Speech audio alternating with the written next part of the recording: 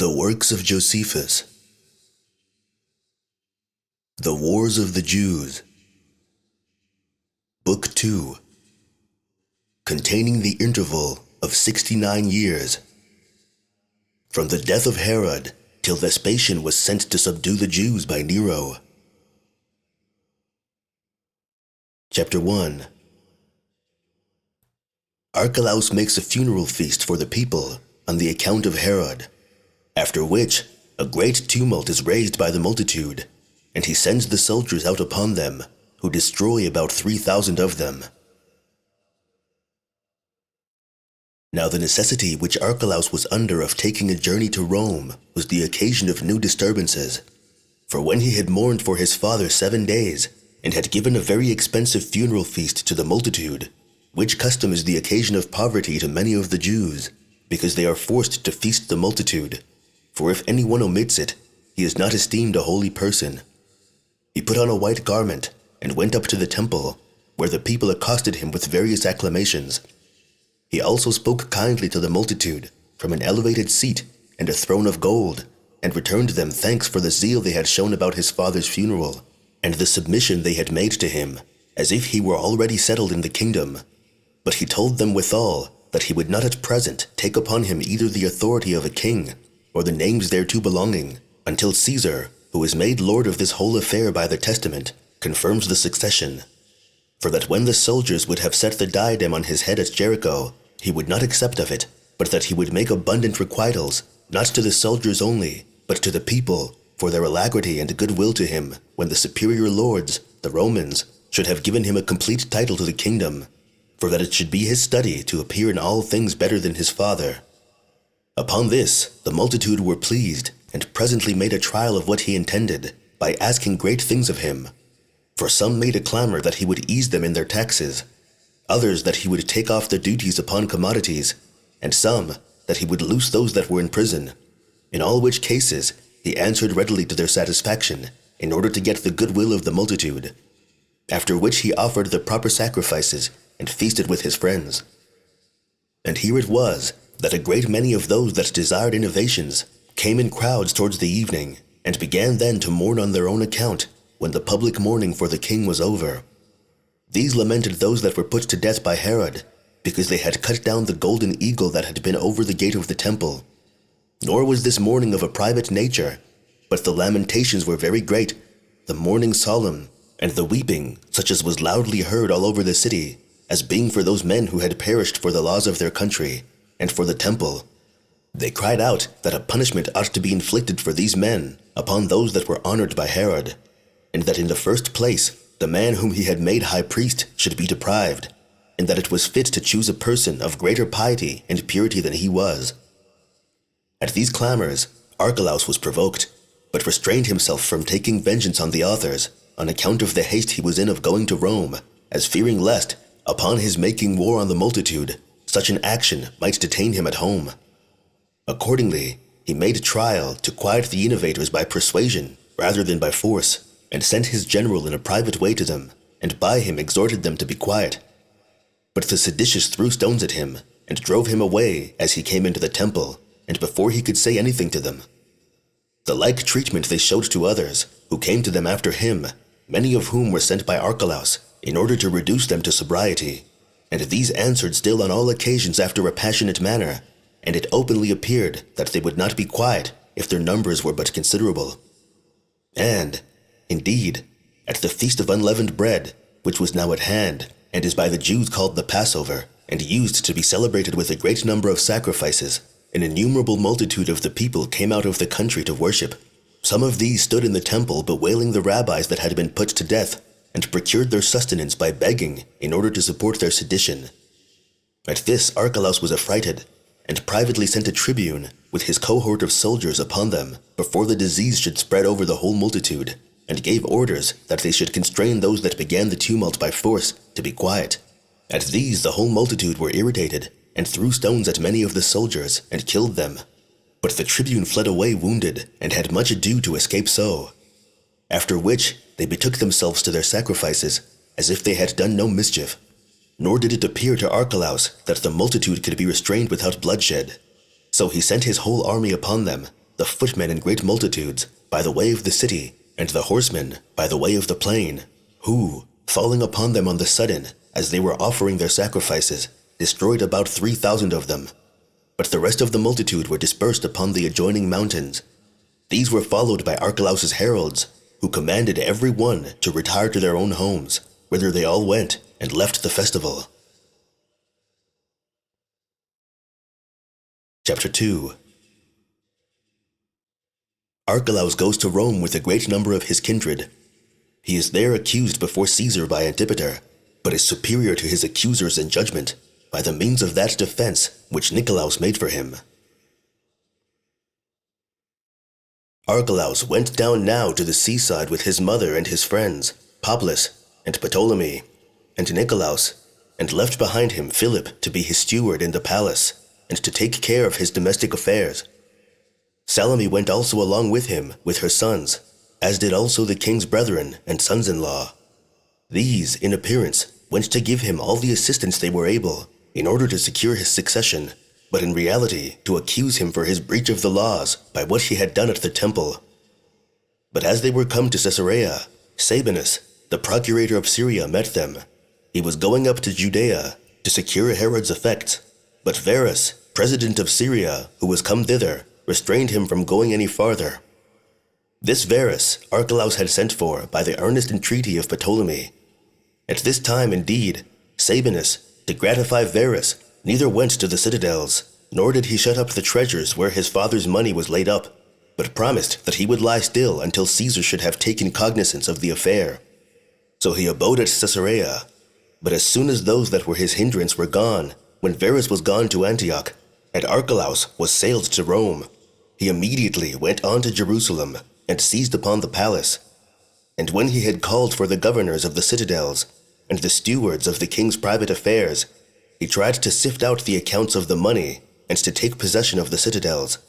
But the governors of those citadels were not unmindful of the commands laid upon them by Archelaus, and continued to guard them, and said, the custody of them rather belonged to Caesar than to Archelaus.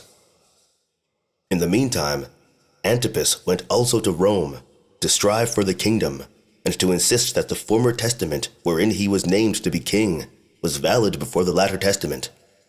Salome had also promised to assist him, as had many of Archelaus's kindred, who sailed along with Archelaus himself also. He also carried along with him his mother, and Ptolemy, the brother of Nicolaus, who seemed one of great weight, on account of the great trust Herod put in him, he having been one of his most honored friends. However, Antipas depended chiefly on Irenaeus, the orator, upon whose authority he had rejected such as advised him to yield to Archelaus, because he was his elder brother, and because the second testament gave the kingdom to him. The inclinations also of all Archelaus's kindred, who hated him, were removed to Antipas when they came to Rome, although, in the first place, every one rather desired to live under their own laws, without a king, and to be under a Roman governor. But if they should fail in that point, these desired that Antipas might be their king. Sabinus did also offer these his assistance to the same purposes by the letters he sent, wherein he accused Archelaus before Caesar, and highly commended Antipas. Salome also, and those with her, put the crimes which they accused Archelaus of in order, and put them into Caesar's hands. And after they had done that, Archelaus wrote down the reasons of his claim, and, by Ptolemy, sent in his father's ring, and his father's accounts. And when Caesar had maturely weighed by himself what both had to allege for themselves, as also had considered of the great burden of the kingdom, and the largeness of the revenues, and withal the number of the children Herod had left behind him, and had moreover read the letters he had received from Varus and Sabinus on this occasion, he assembled the principal persons among the Romans together, in which assembly Caius, the son of Agrippa, and his daughter Julius, but by himself adopted for his own son, sat in the first seat, and gave the pleaders leave to speak. Then stood up Salome's son, Antipater, who of all Archelaus's antagonists was the shrewdest pleader, and accused him in the following speech. That Archelaus did in words contend for the kingdom, but that in deeds he had long exercised royal authority, and so did insult Caesar in desiring to be now heard on that account, since he had not stayed for his determination about the succession, And since he had suborned certain persons after Herod's death to move for putting the diadem upon his head, since he had set himself down in the throne and given answers as a king, and altered the disposition of the army, and granted to some higher dignities, that he had also complied in all things with the people in the requests they had made to him as their king, and had also dismissed those that had been put into bonds by his father, for most important reasons.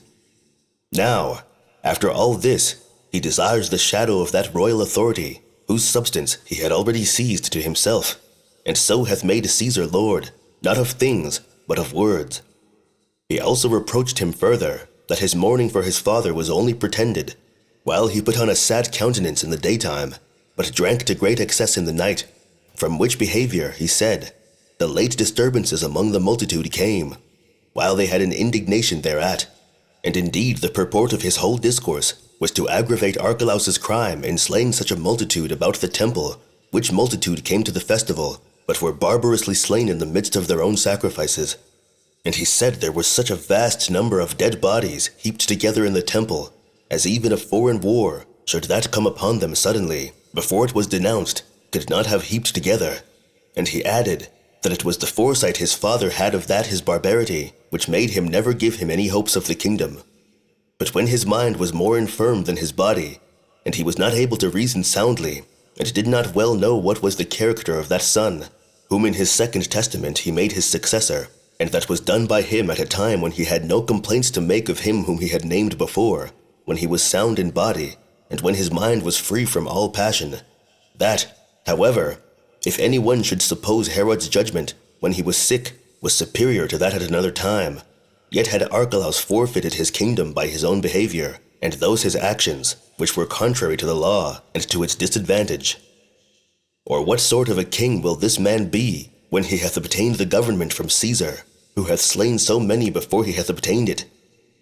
When Antipater had spoken largely to this purpose, and had produced a great number of Archelaus's kindred as witnesses, to prove every part of the accusation, he ended his discourse. Then stood up Nicolaus to plead for Archelaus. He alleged that the slaughter in the temple could not be avoided, that those that were slain were become enemies not to Archelaus's kingdom only, but to Caesar, who was to determine about him. He also demonstrated that Archelaus's accusers had advised him to perpetrate other things of which he might have been accused, but he insisted that the latter testament should for this reason, above all others, be esteemed valid, because Herod had therein appointed Caesar to be the person who should confirm the succession. For he who showed such prudence as to recede from his power, and to yield it up to the Lord of the world, cannot be supposed mistaken in his judgment about him that was to be his heir. And he that so well knew whom to choose for arbitrator of the succession could not be unacquainted with him whom he chose for his successor. When Nicolaus had gone through all he had to say, Archelaus came, and fell down before Caesar's knees, without any noise, upon which he raised him up, after a very obliging manner, and declared that truly he was worthy to succeed his father. However, he still made no firm determination in his case. But when he had dismissed those assessors that had been with him that day, he deliberated by himself about the allegations which he had heard, whether it were fit to constitute any of those named in the testaments for Herod's successor, or whether the government should be parted among all his posterity, and this because of the number of those that seemed to stand in need of support therefrom. Chapter 3. The Jews fight a great battle with Sabinus's soldiers, and a great destruction is made at Jerusalem. Now before Caesar had determined anything about these affairs, Malthus, Archelaus's mother, fell sick and died. Letters also were brought out of Syria from Varus about a revolt of the Jews. This was foreseen by Varus, who accordingly, after Archelaus was sailed, went up to Jerusalem to restrain the promoters of the sedition, since it was manifest that the nation would not be at rest. So he left one of those legions which he brought with him out of Syria in the city, and went himself to Antioch. But Sabinus came after he was gone, and gave them an occasion of making innovations. For he compelled the keepers of the citadels to deliver them up to him, and made a bitter search after king's money, as depending not only on the soldiers who were left by Varus, but on the multitude of his own servants, all whom he armed, and used as the instruments of his covetousness. Now when that feast, which was observed after 7 weeks, and which the Jews called Pentecost, i.e., the 50th day, was at hand, its name being taken from the number of the days after the Passover, the people got together, but not on account of the accustomed divine worship, but of the indignation they had at the present state of affairs. Wherefore, an immense multitude ran together out of Galilee, and Idumea, and Jericho, and Perea that was beyond Jordan. But the people that naturally belonged to Judea itself were above the rest, both in number and in the alacrity of the men. So they distributed themselves into 3 parts, and pitched their camps in 3 places, one at the north side of the temple, another at the south side by the hippodrome, and the 3rd part were at the palace on the west. So they lay round about the Romans on every side, and besieged them. Now Sabinus was affrighted, both at their multitude and at their courage, and sent messengers to Varus continually, and besought him to come to his succour quickly, for that, if he delayed, his legion would be cut to pieces. As for Sabinus himself, he got up to the highest tower of the fortress, which was called Phasaelus. It is of the same name with Herod's brother, who was destroyed by the Parthians. And then he made signs to the soldiers of that legion to attack the enemy, for his astonishment was so great that he durst not go down to his own men. Hereupon the soldiers were prevailed upon, and leaped out into the temple, and fought a terrible battle with the Jews, in which, while there were none over their heads to distress them, they were too hard for them, by their skill, and the others' want of skill in war. But when once many of the Jews had gotten up to the top of the cloisters, and threw their darts downwards upon the heads of the Romans, there were a great many of them destroyed. Nor was it easy to avenge themselves upon those that threw their weapons from on high, nor was it more easy for them to sustain those who came to fight them hand to hand. Since therefore the Romans were sorely afflicted by both these circumstances, they set fire to the cloisters, which were works to be admired, both on account of their magnitude and costliness. Whereupon those that were above were presently encompassed with the flame, and many of them perished therein, as many of them also were destroyed by the enemy, who came suddenly upon them. Some of them also threw themselves down from the walls backward, and some there were, who, from the desperate condition they were in, prevented the fire by killing themselves with their own swords. But so many of them as crept out from the walls, and came upon the Romans, were easily mastered by them, by reason of the astonishment they were under. Until at last, some of the Jews being destroyed, and others dispersed by the terror they were in, the soldiers fell upon the treasure of God, which was now deserted, and plundered about 400 talents, of which sum Sabinus got together all that was not carried away by the soldiers.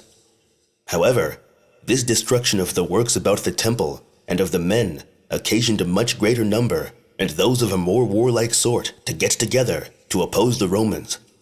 These encompassed the palace round, and threatened to destroy all that were in it, unless they went their ways quickly. For they promised that Sabinus should come to no harm, if he should go out with his legion. There were also a great many of the king's party, who deserted the Romans, and assisted the Jews. Yet did the most warlike body of them all, who were 3,000 of the men of Sebaste, go over to the Romans. Rufus also, and Gratus their captains, did the same, Gratus having the foot of the king's party under him, and Rufus the horse, each of whom, even without the forces under them, were of great weight on account of their strength and wisdom, which turned the scales in war. Now the Jews persevered in the siege, and tried to break down the walls of the fortress, and cried out to Sabinus and his party, that they should go their ways, and not prove a hindrance to them. Now they hoped after a long time to recover that ancient liberty which their forefathers had enjoyed. Sabinus indeed was well contented to get out of the danger he was in, but he distrusted the assurances the Jews gave him, and suspected such gentle treatment was but a bait laid as a snare for them. This consideration, together with the hopes he had of succour from Varus, made him bear the siege still longer. Chapter 4. Herod's veteran soldiers become tumultuous. The robberies of Judas. Simon and Athrongius take the name of king upon them. At this time there were great disturbances in the country, and that in many places. and the opportunity that now offered itself induced a great many to set up the kings. And indeed, in Idumea, 2,000 of Herod's veteran soldiers got together and armed themselves, and fought against those of the king's party, against whom Achiabus, the king's first cousin, fought, and that out of some of the places that were the most strongly fortified, but so as to avoid a direct conflict with them in the plains. In Sepphoris also, a city of Galilee, there was one Judas, the son of the arch-robber Hezekias, who formerly overran the country, and had been subdued by King Herod. This man got no small multitude together, and broke open the place where the royal armor was laid up, and armed those about him, and attacked those that were so earnest to gain the dominion. In Perea also, Simon, one of the servants to the king, relying upon the handsome appearance and tallness of his body, put a diadem upon his own head also. He also went about with a company of robbers that he had gotten together, and burnt down the royal palace that was at Jericho, and many other costly edifices besides, and procured himself very easily spoils by rapine, as snatching them out of the fire. And he had soon burnt down all the fine edifices, if Gratus, the captain of the foot of the king's party, had not taken the Trachonite archers, and the most warlike of Sebaste, and met the man. His footmen were slain in the battle in abundance. Gratus also cut to pieces Simon himself, as he was flying along a straight valley, when he gave him an oblique stroke upon his neck, as he ran away, and broke it. The royal palaces that were near Jordan, at Betharamtha, were also burnt down by some other of the seditious that came out of Perea. At this time it was that a certain shepherd ventured to set himself up for king. He was called Athrongeus.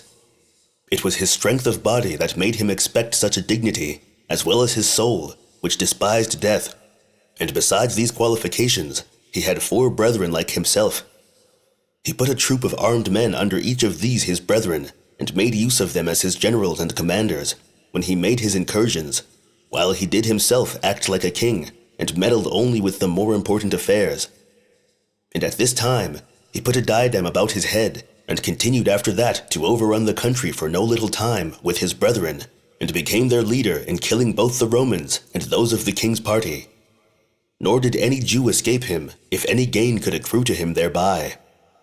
He once ventured to encompass a whole troop of Romans at Emmaus, who were carrying corn and weapons to their legion. His men shot their arrows and darts, and thereby slew their centurion Arius and 40 of the stoutest of his men, while the rest of them were in danger of the same fate upon the coming of Gratus, with those of Sebaste to their assistance escaped. And when these men had thus served both their own countrymen and foreigners, and that through this whole war 3 of them were after some time subdued, the eldest by Archelaus, and the 2 next by falling into the hands of Gratus and Ptolemy, but the 4th delivered himself up to Archelaus upon his giving him his right hand for his security. However, this their end was not till afterward, while at present they filled all Judea with a piratic war. Chapter 5. Varus composed the tumults in Judea, and crucifies about 2,000 of the seditious.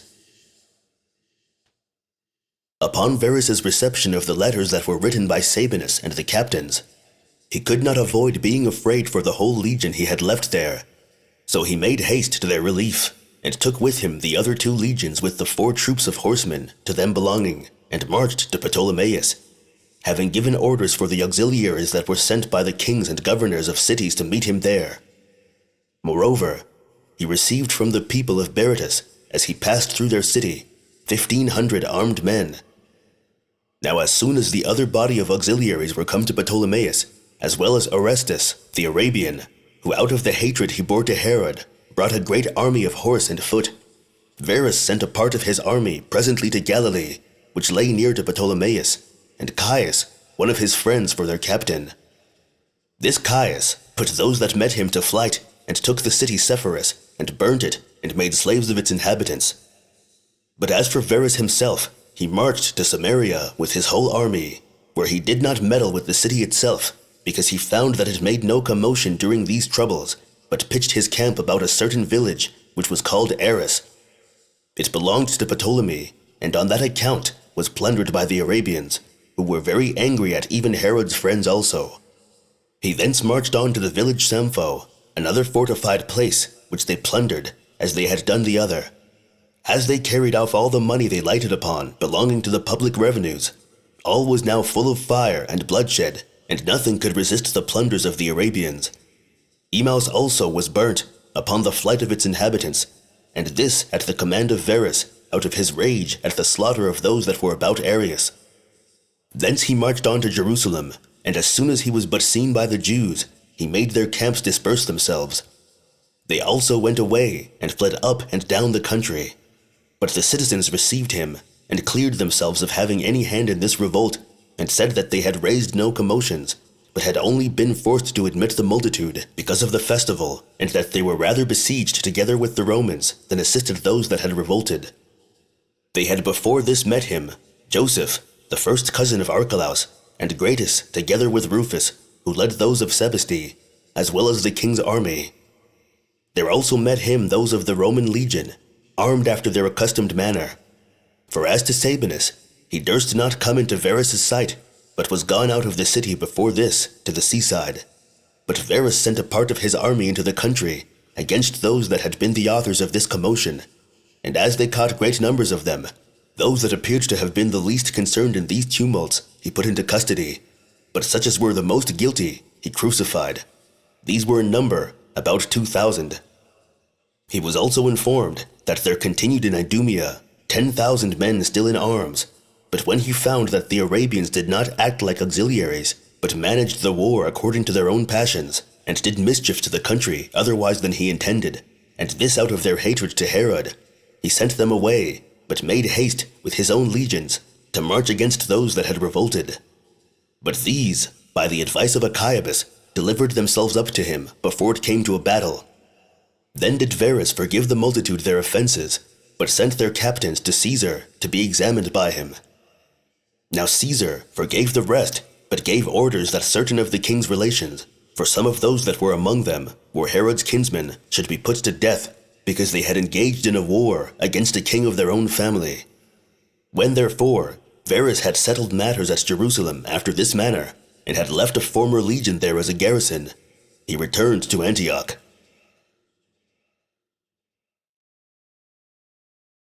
Chapter 6.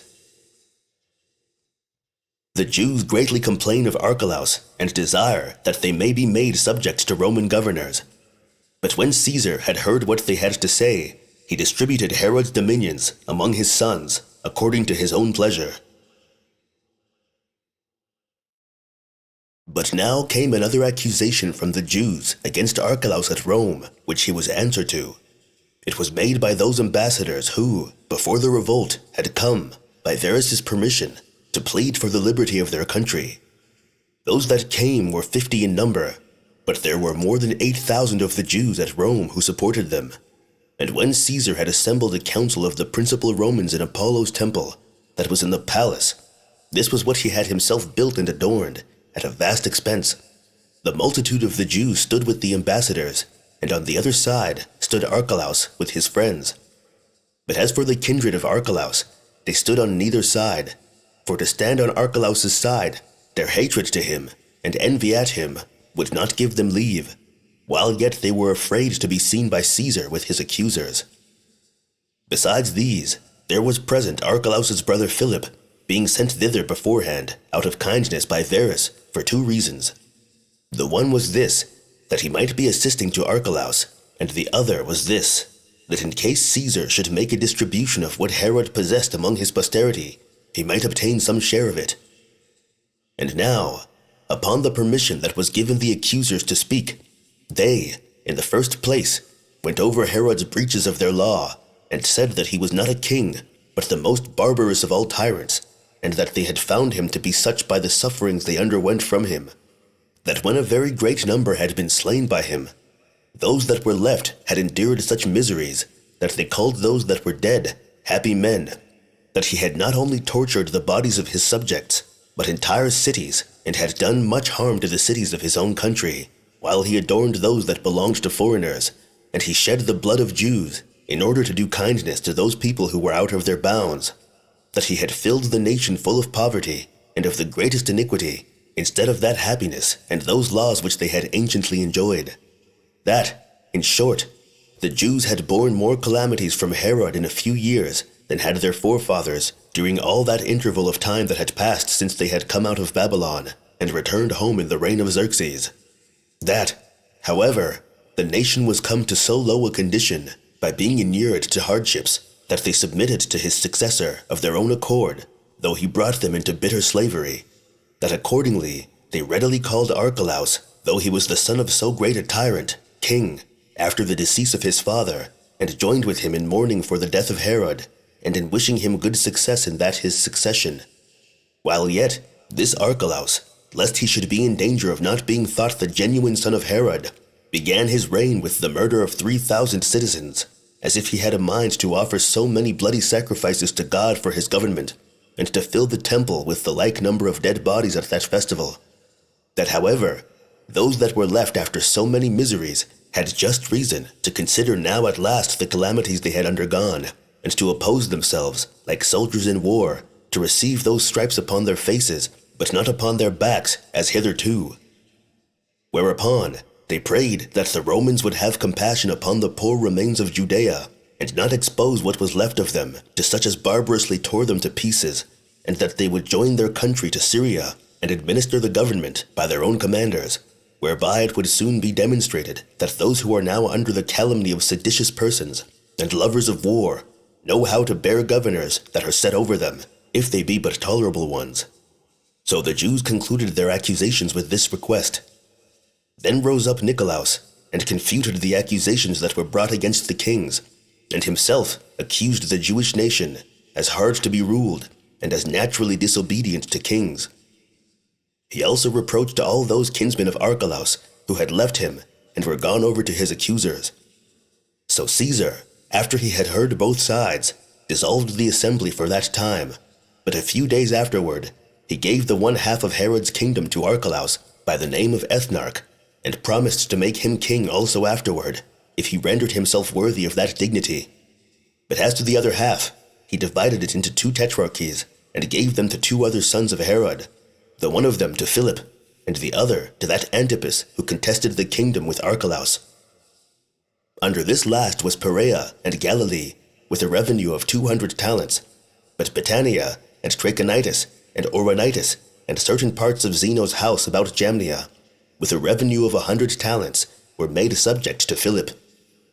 While Idumea and all Judea and Samaria were parts of the ethnarchy of Archelaus, although Samaria was eased of 1/4 of its taxes, out of regard to their not having revolted with the rest of the nation.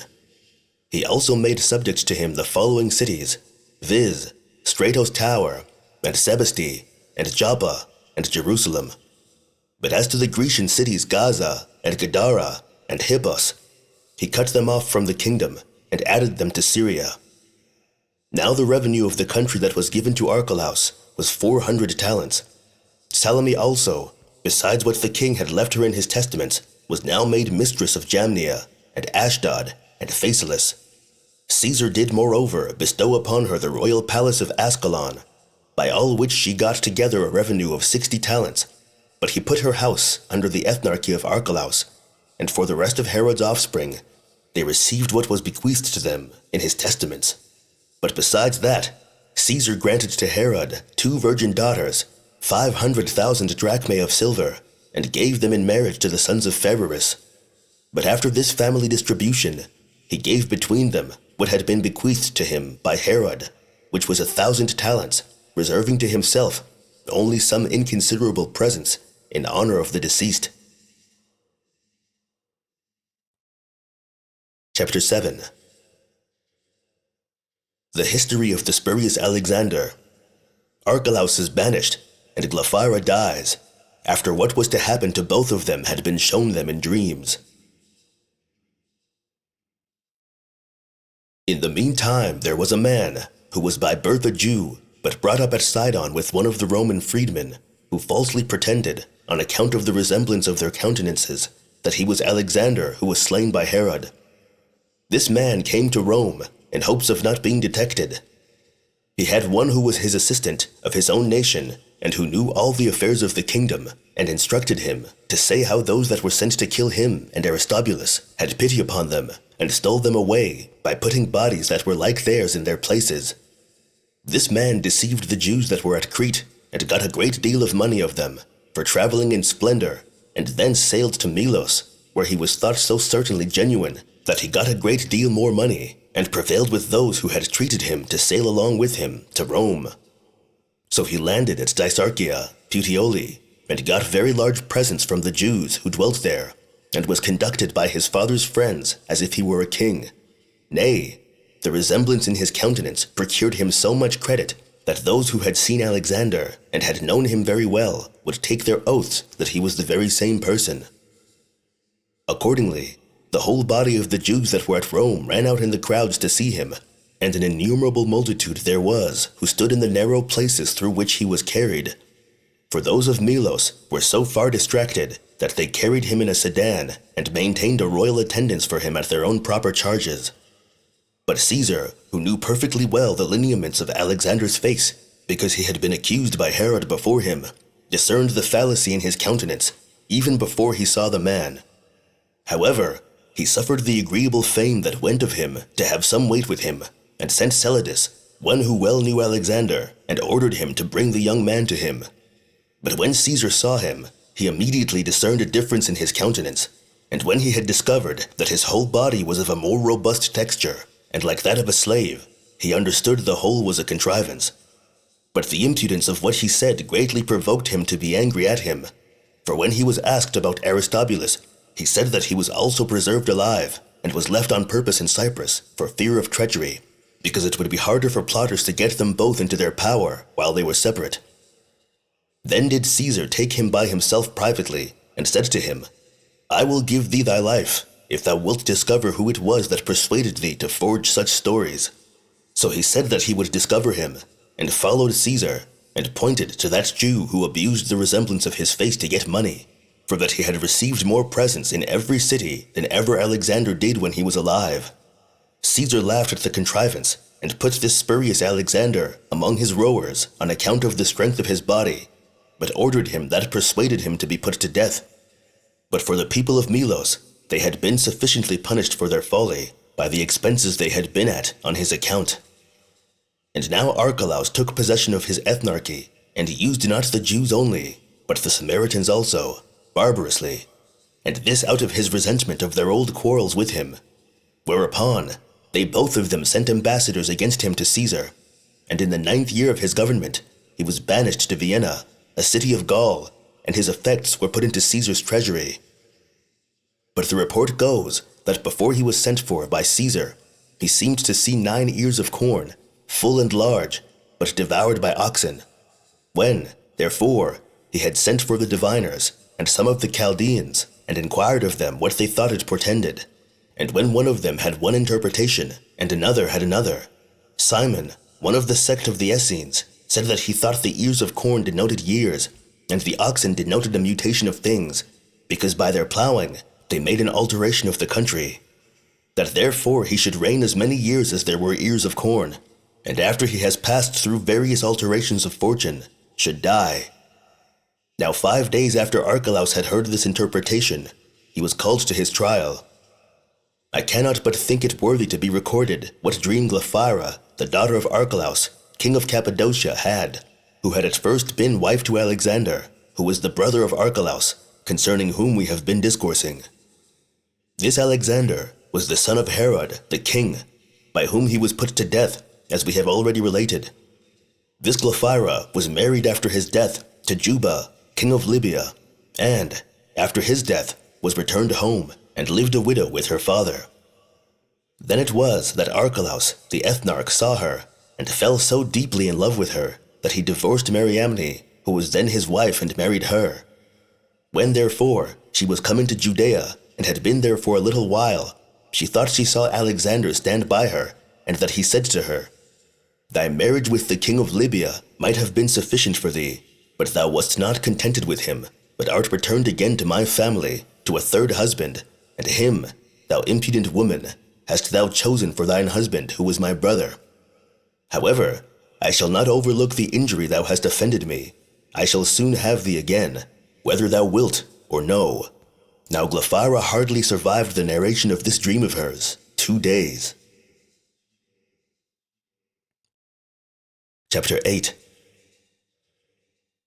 Archelaus's ethnarchy is reduced into a Roman province. The sedition of Judas of Galilee. The 3 sects of the Jews. And now Archelaus's part of Judea was reduced into a province, and Coponius, one of the equestrian order among the Romans, was sent as a procurator, having the power of life and death put into his hands by Caesar. Under his administration it was that a certain Galilean, whose name was Judas, prevailed with his countrymen to revolt, and said they were cowards if they would endure to pay a tax to the Romans, and would, after God, submit to mortal men as their lords. This man was a teacher of a peculiar sect of his own, and was not at all like the rest of those their leaders. For there are 3 philosophical sects among the Jews, the followers of the first of whom are the Pharisees, of the second, the Sadducees, and the third sect, who pretends to be a severer discipline, and called Essenes. These last are Jews by birth, and seem to have a greater affection for one another than the other sects have. These Essenes reject pleasures as an evil, but esteem continence and the conquest over our passions to be virtue. They neglect wedlock, but choose out other persons' children, while they are pliable and fit for learning, and esteem them to be of their kindred, and form them according to their own manners. They do not absolutely deny the fitness of marriage, and the succession of mankind thereby continued, but they guard against the lascivious behavior of women, and are persuaded that none of them preserve their fidelity to one man. These men are despisers of riches, and so very communicative as raises our admiration.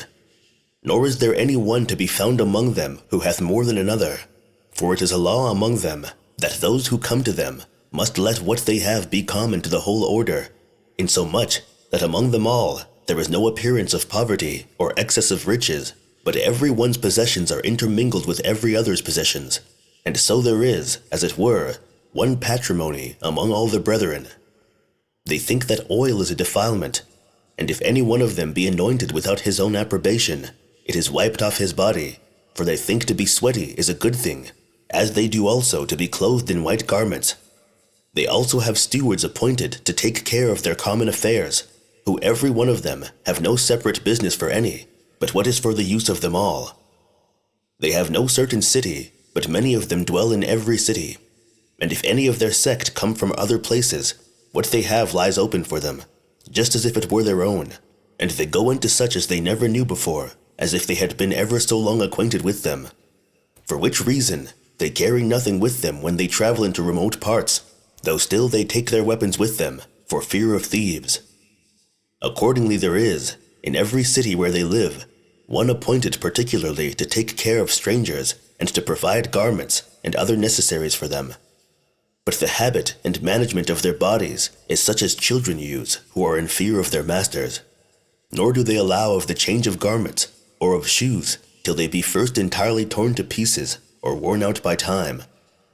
Nor do they either buy or sell anything to one another, but every one of them gives what he hath to him that wanteth it, and receives from him again in lieu of it what may be convenient for himself.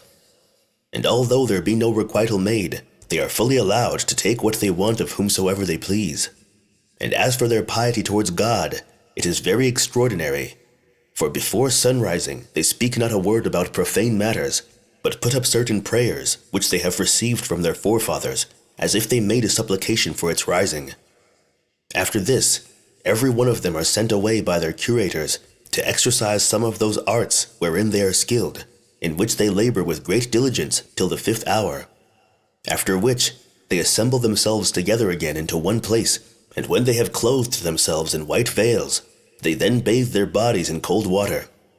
And after this purification is over, they every one meet together in an apartment of their own, into which it is not permitted to any other sect to enter, while they go, after a pure manner, into the dining room, as into a certain holy temple, and quietly set themselves down, upon which the baker lays them loaves in order.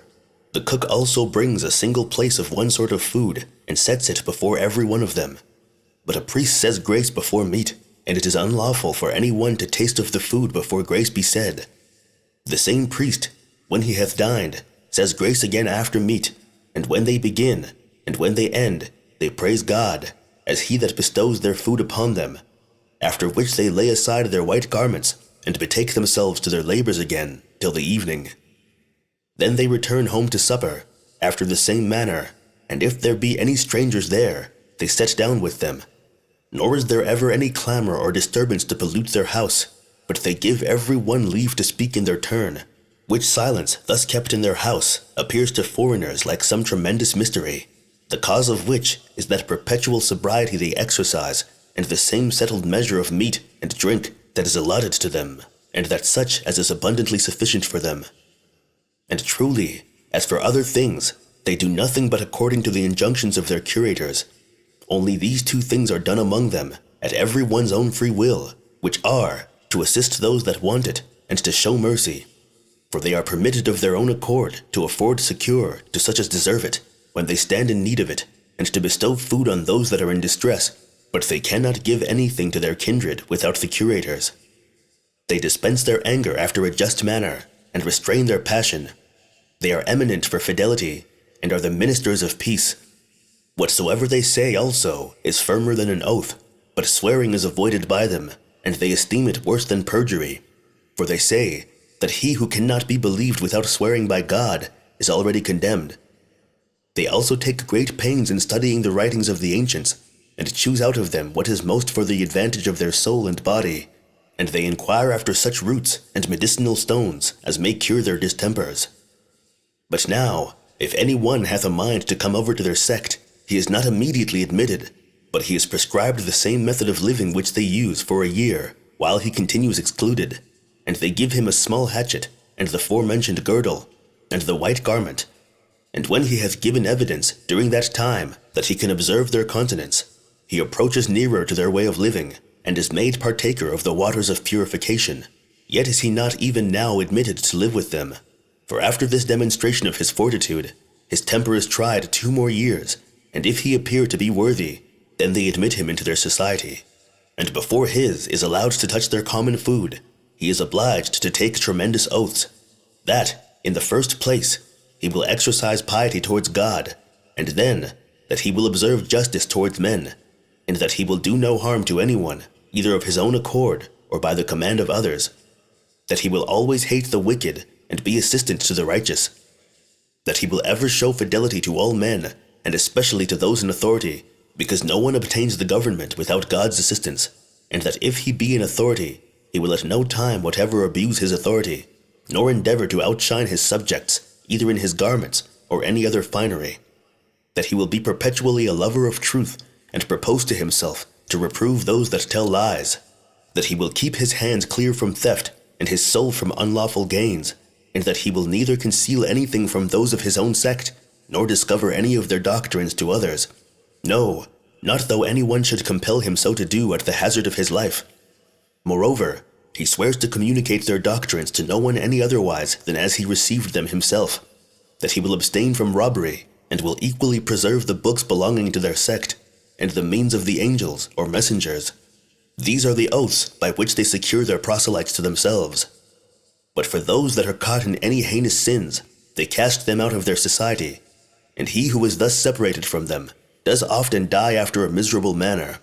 For as is bound by the oath he had taken, and by the customs he hath been engaged in, he is not at liberty to partake of that food that he meets with elsewhere, but is forced to eat grass, and to famish his body with hunger till he perish. For which reason they receive many of them again, when they are at their last gasp, out of compassion to them, as thinking the miseries they have endured till they come to the very brink of death to be a sufficient punishment for the sins they had been guilty of.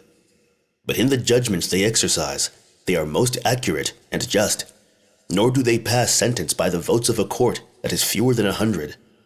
And as to what is once determined by that number, it is unalterable. What they most of all honor, after God himself, is the name of their legislator Moses, whom, if anyone blaspheme, he is punished capitally. They also think it a good thing to obey their elders and the major part. Accordingly, if 10 of them be sitting together, no one of them will speak while the other 9 are against it. They also avoid spitting in the midst of them, or on the right side.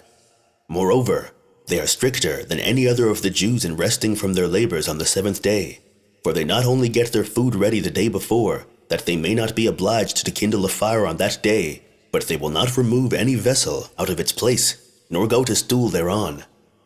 Nay, on the other days they dig a small pit, a foot deep, with a paddle, which kind of hatchet is given them when they are first admitted among them, and covering themselves round with their garment, that they may not affront the divine rays of light, they ease themselves into that pit, after which they put the earth that was dug out again into the pit, and even this they do only in the more lonely places, which they choose out for this purpose. And although this easement of the body be natural, yet it is a rule with them to wash themselves after it, as if it were a defilement to them. Now after the time of their preparatory trial is over, they are parted into 4 classes, and so far are the juniors inferior to the seniors, that if the seniors should be touched by the juniors, they must wash themselves, as if they had intermixed themselves with the company of a foreigner. They are long-lived also, insomuch that many of them live above 100 years, by means of the simplicity of their diet. Nay, as I think, by the means of the regular course of life they observe also.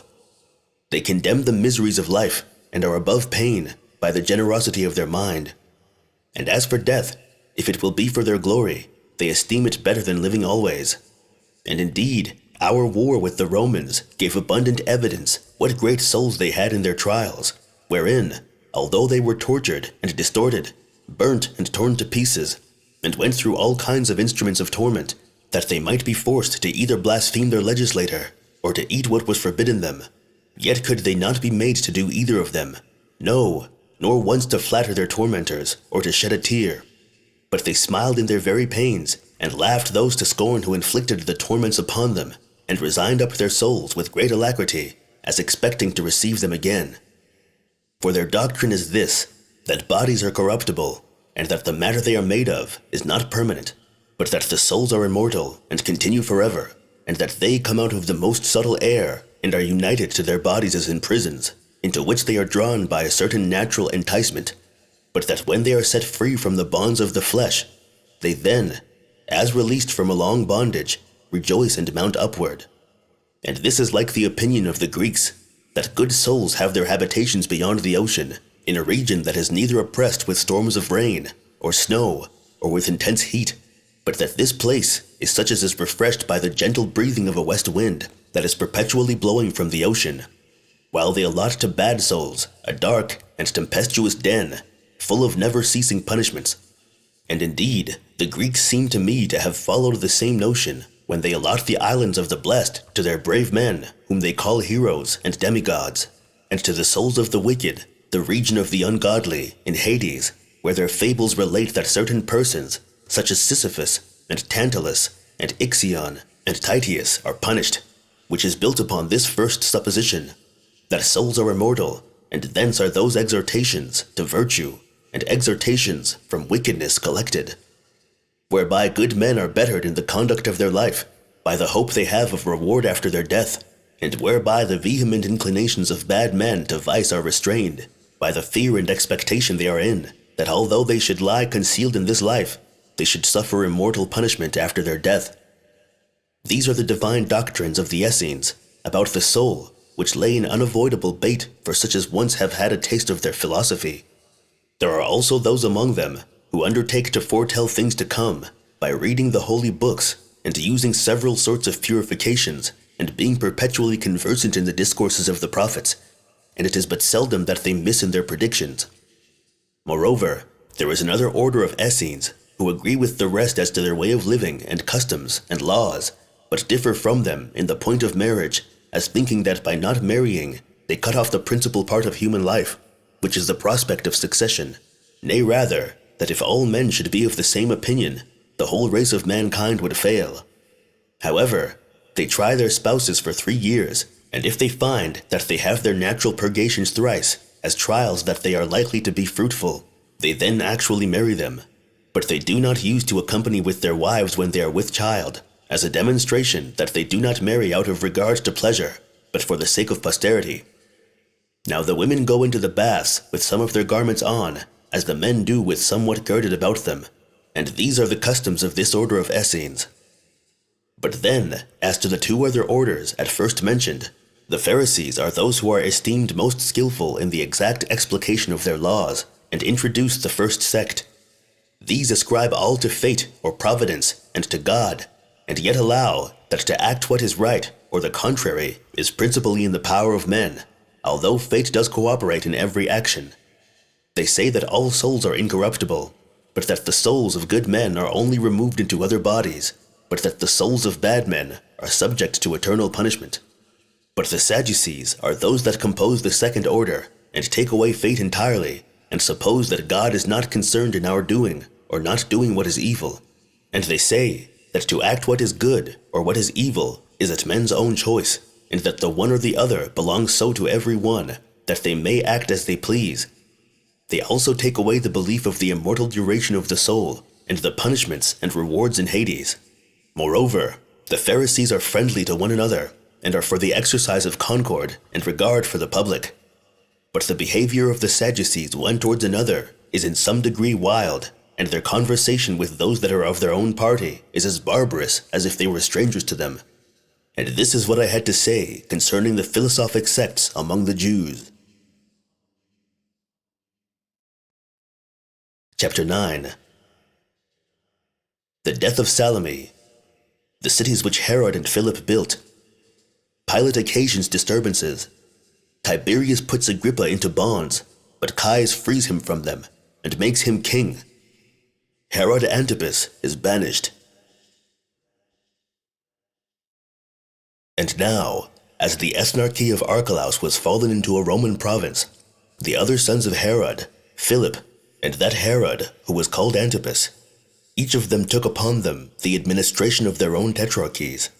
For when Salome died, she bequeathed to Julia, the wife of Augustus, both her toparchy and Jamnia, as also her plantation of palm trees that were in Phasaelis.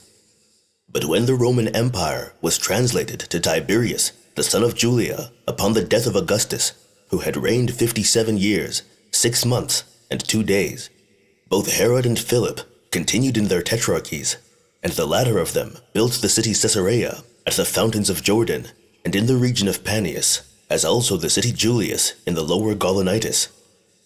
Herod also built the city Tiberias in Galilee, and in Perea beyond Jordan, another that was also called Julius.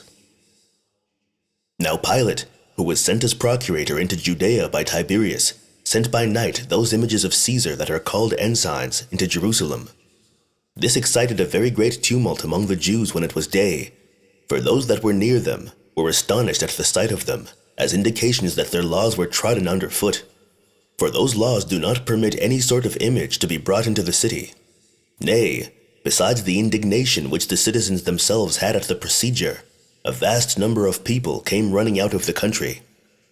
These came zealously to Pilate to Caesarea, and besought him to carry those ensigns out of Jerusalem, and to preserve them, their ancient laws inviolable.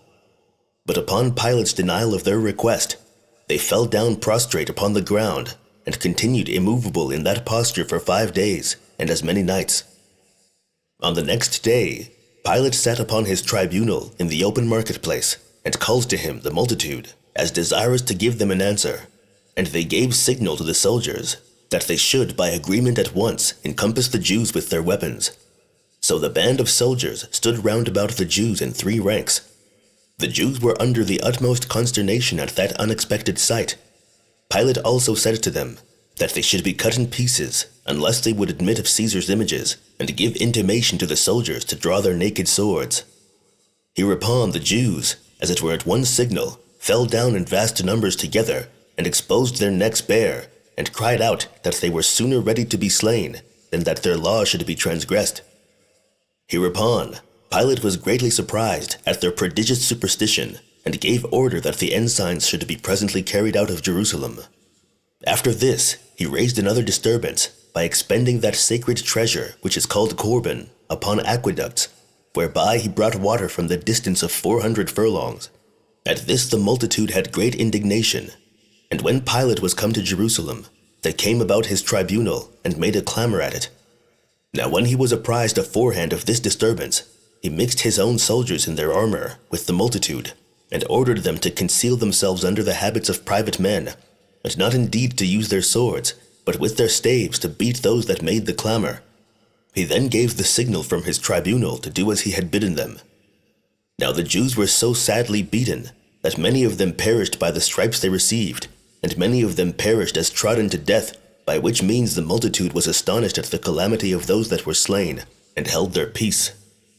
In the meantime, Agrippa, the son of that Aristobulus who had been slain by his father Herod, came to Tiberias to accuse Herod, the tetrarch, who, not admitting of his accusation, he stayed at Rome and cultivated a friendship with others of the men of note, but principally with Caius the son of Germanicus, who was then but a private person. Now this Agrippa at a certain time feasted Caius, and as he was very complaisant to him on several other accounts, he at length stretched out his hands and openly wished that Tiberius might die, and that he might quickly see him emperor of the world.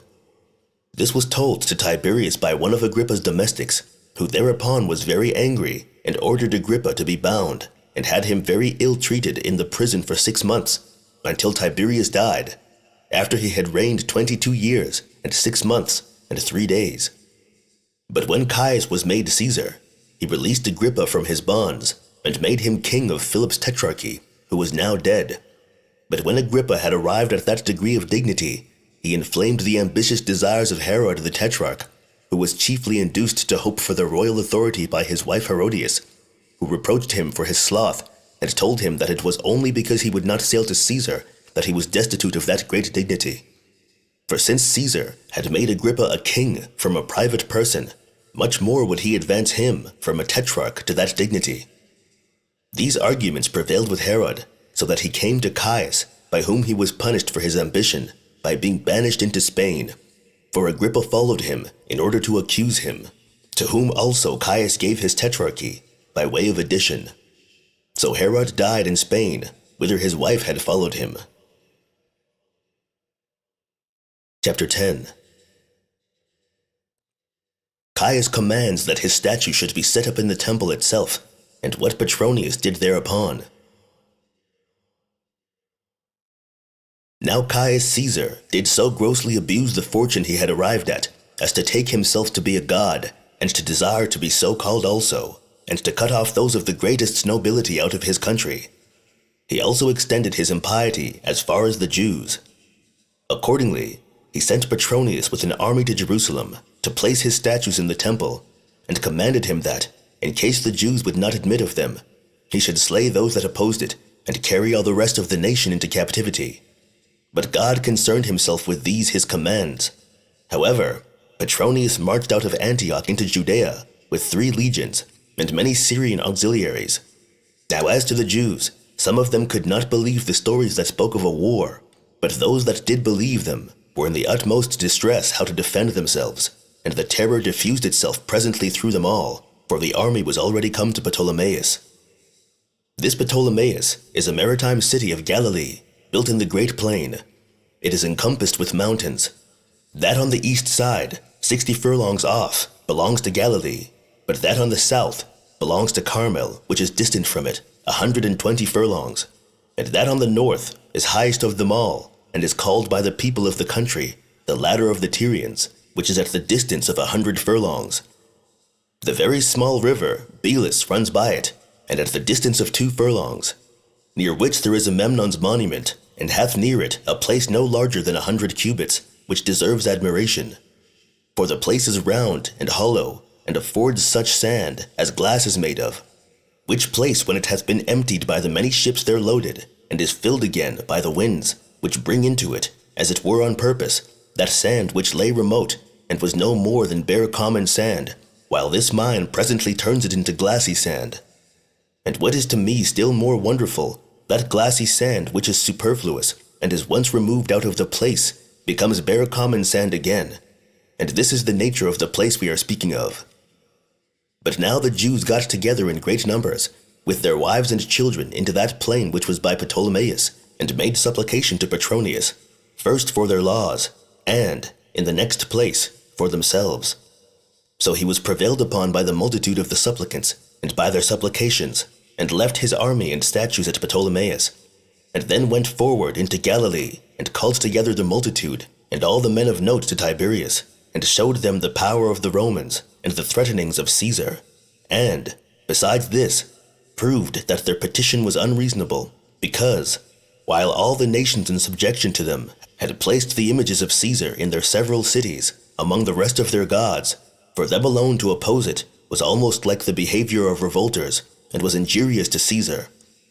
And when they insisted on their law and the custom of their country, and how it was not only permitted them to make either an image of God or indeed of a man, and put in any despicable part of their country, much less in the temple itself, Petronius replied, "And am I not also," said he, "bound to keep the laws of my own Lord? For if I transgress it and spare you, it is but just that I perish, while he that sent me, and not I, will commence a war against you, for I am under command as well as you." Hereupon, the whole multitude cried out that they were ready to suffer for their law.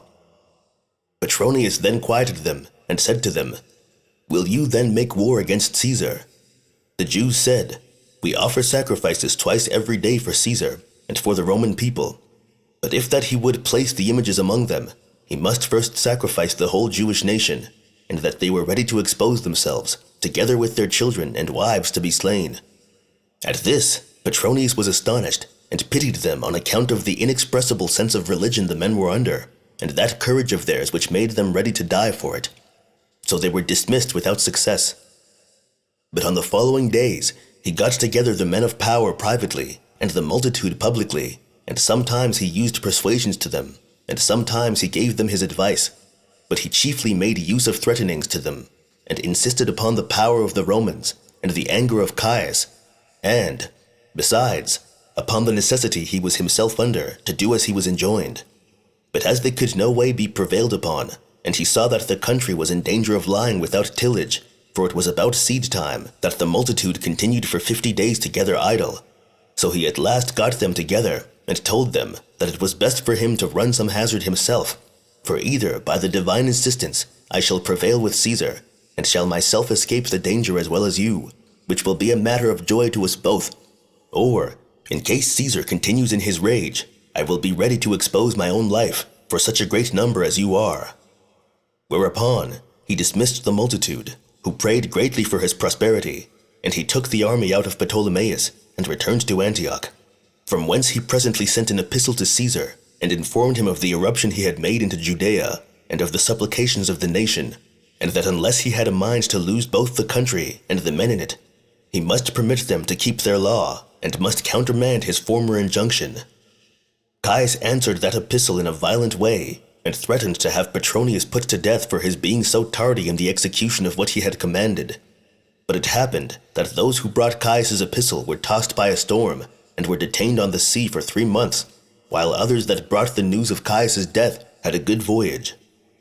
Accordingly, Petronius received the epistle concerning Caius 27 days before he received that which was against himself. Chapter 11. Concerning the government of Claudius, and the reign of Agrippa. Concerning the death of Agrippa and Herod, and what children they both left behind them. Now when Caius had reigned 3 years and 8 months, and had been slain by treachery, Claudius was hurried away by the armies that were at Rome to take the government upon him. But the Senate, upon the reference of the consuls, Sentius Saturninus and Pomponius Secundus, and gave orders to the 3 regiments of soldiers that stayed with them to keep the city quiet, and went up into the capital in great numbers, and resolved to oppose Claudius by force, on account of the barbarous treatment they had met with from Caius. And they determined either to settle the nation under an aristocracy, as they had of old been governed, or at least to choose by vote such a one for emperor as might be worthy of it. Now it happened that at this time Agrippa sojourned at Rome, and that both the Senate called him to consult with them, and at the same time Claudius sent for him out of the camp, that he might be serviceable to him, as he should have occasion for his service. So he, perceiving that Claudius was in effect made Caesar already, went to him, who sent him as an ambassador to the Senate, to let them know what his intentions were, that, in the first place, it was without his seeking that he was hurried away by the soldiers. Moreover, that he thought it was not just to desert those soldiers in such their zeal for him, and that if he should do so, his own fortune would be in uncertainty, for that it was a dangerous case to have been once called to the empire. He added further that he would administer the government as a good prince and not like a tyrant, for that he would be satisfied with the honor of being called emperor, but would, in every one of his actions, permit them all to give him their advice, for that although he had not been by nature for moderation, yet would the death of Caius afford him a sufficient demonstration how soberly he ought to act in that station. This message was delivered by Agrippa, to which the Senate replied that since they had an army and the wisest counsels on their side, they would not endure a voluntary slavery. When Claudius heard what answer the Senate had made, he sent Agrippa to them again, with the following message: that he could not bear the thoughts of betraying them that had given their oaths to be true to him, and that he saw he must fight, though unwillingly, against such as he had no mind to fight. That however, if it must come to that, it was proper to choose a place without the city for the war, because it was not agreeable to piety to pollute the temples of their own city with the blood of their own countrymen, and this only on occasion of their imprudent conduct.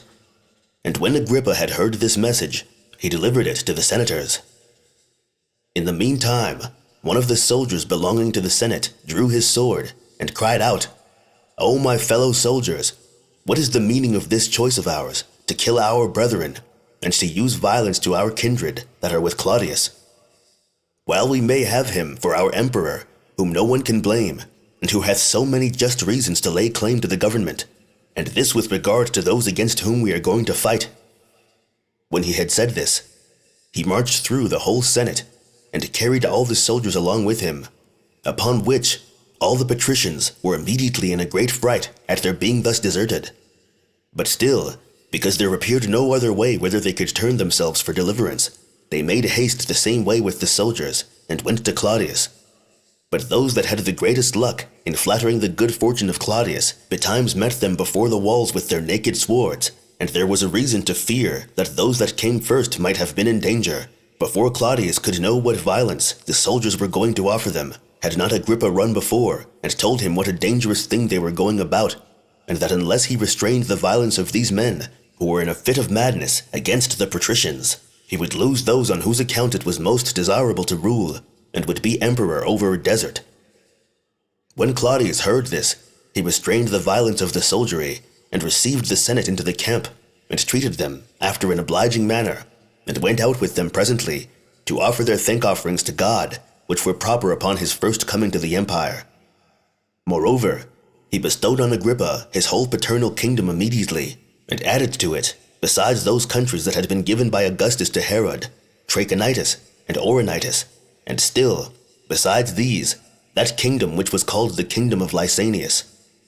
This gift he declared to the people by a decree, but ordered the magistrates to have the donation engraved on the tables of brass, and to be set up in the Capitol. He bestowed on his brother Herod, who was also his son-in-law, by marrying his daughter Bernice, the kingdom of Chalcis. So now riches flowed into Agrippa by his enjoyment of so large a dominion, nor did he abuse the money he had on small matters, but he began to encompass Jerusalem with such a wall, which, had it been brought to perfection, had made it impracticable for the Romans to take it by siege. But his death, which happened at Caesarea, before he had raised the walls to their due height, prevented him. He had then reigned 3 years, as he had governed his tetrarchies 3 other years.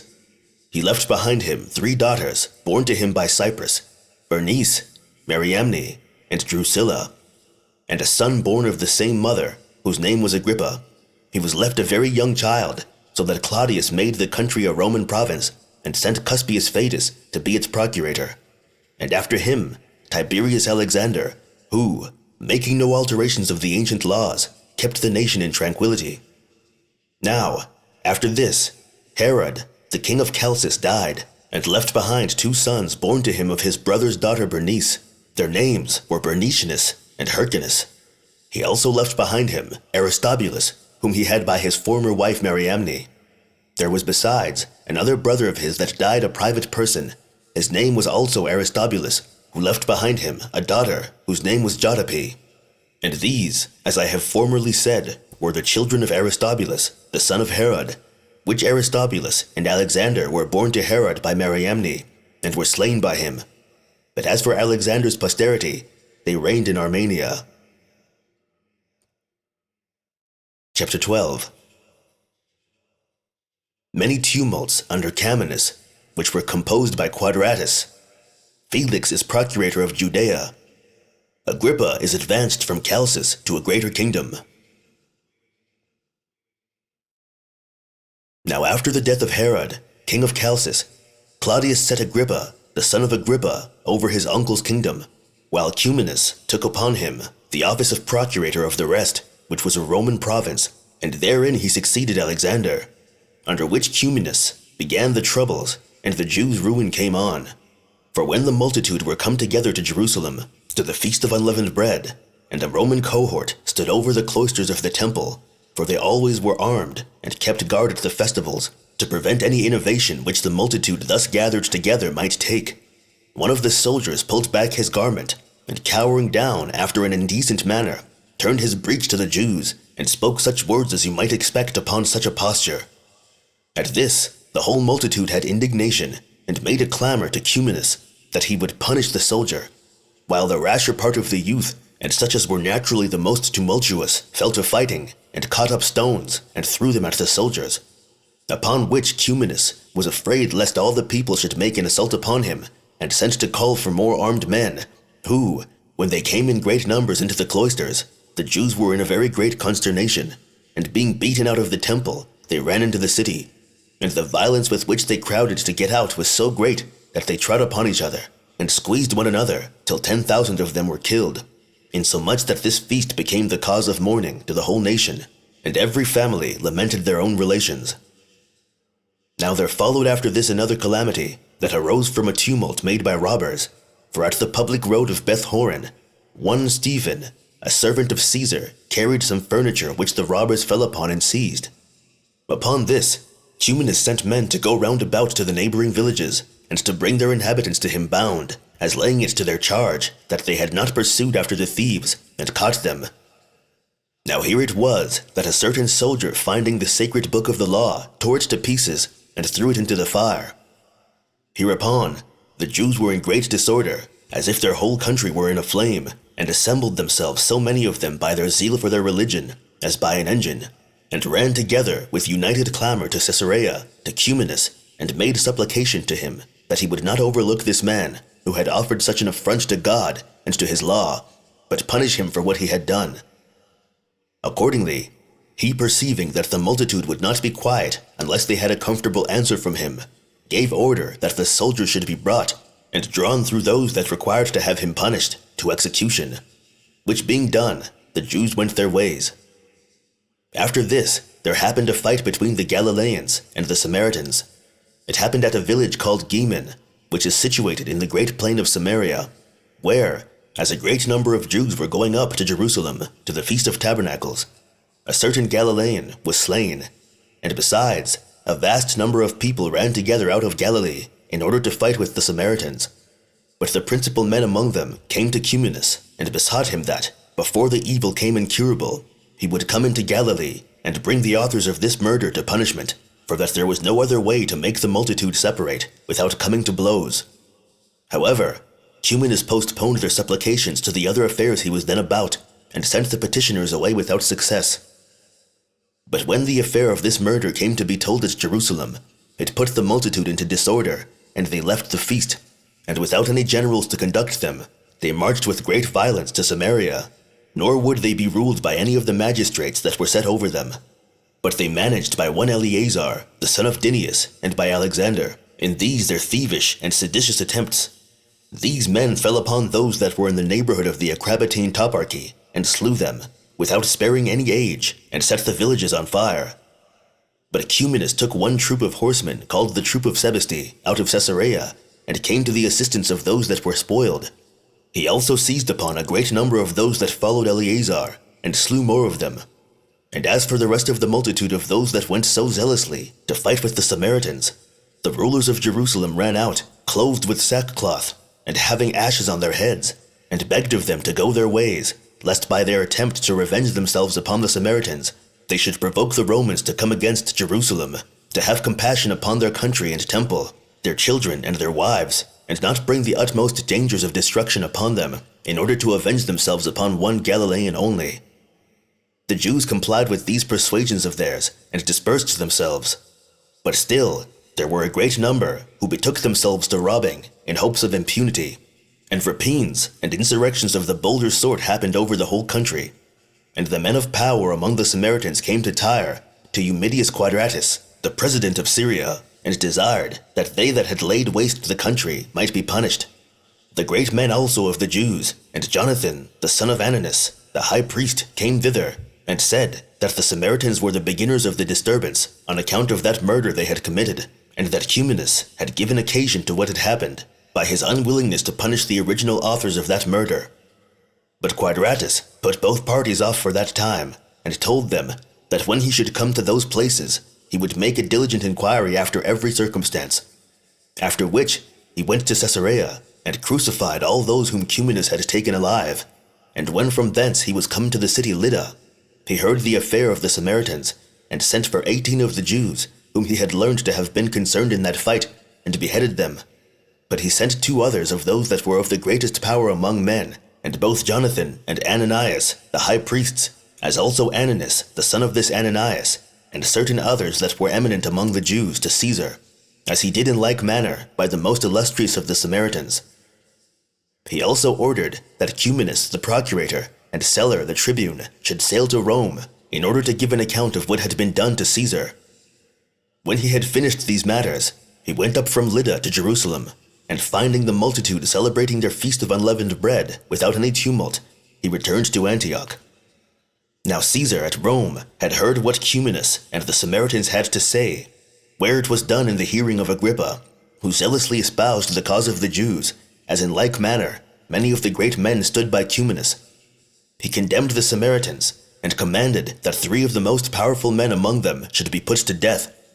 He banished Cumanus, and sent Celer bound to Jerusalem, to be delivered over to the Jews to be tormented, that he should be drawn round the city, and then beheaded. After this, Caesar sent Felix, the brother of Pallas, to be procurator of Galilee, and Samaria, and Perea, and removed Agrippa from Chalcis unto a greater kingdom, for he gave him the tetrarchy which belonged to Philip, which contained Battania, Trachonitis, and Gaulonitis. He added it to the kingdom of Lysanias, and that province, Abilene, which Varus had governed.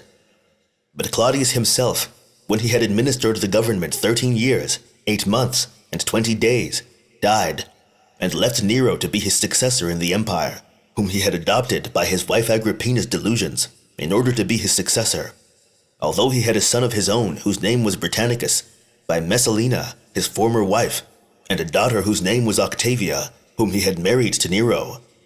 He had also another daughter by Patina, whose name was Antonia. Chapter 13.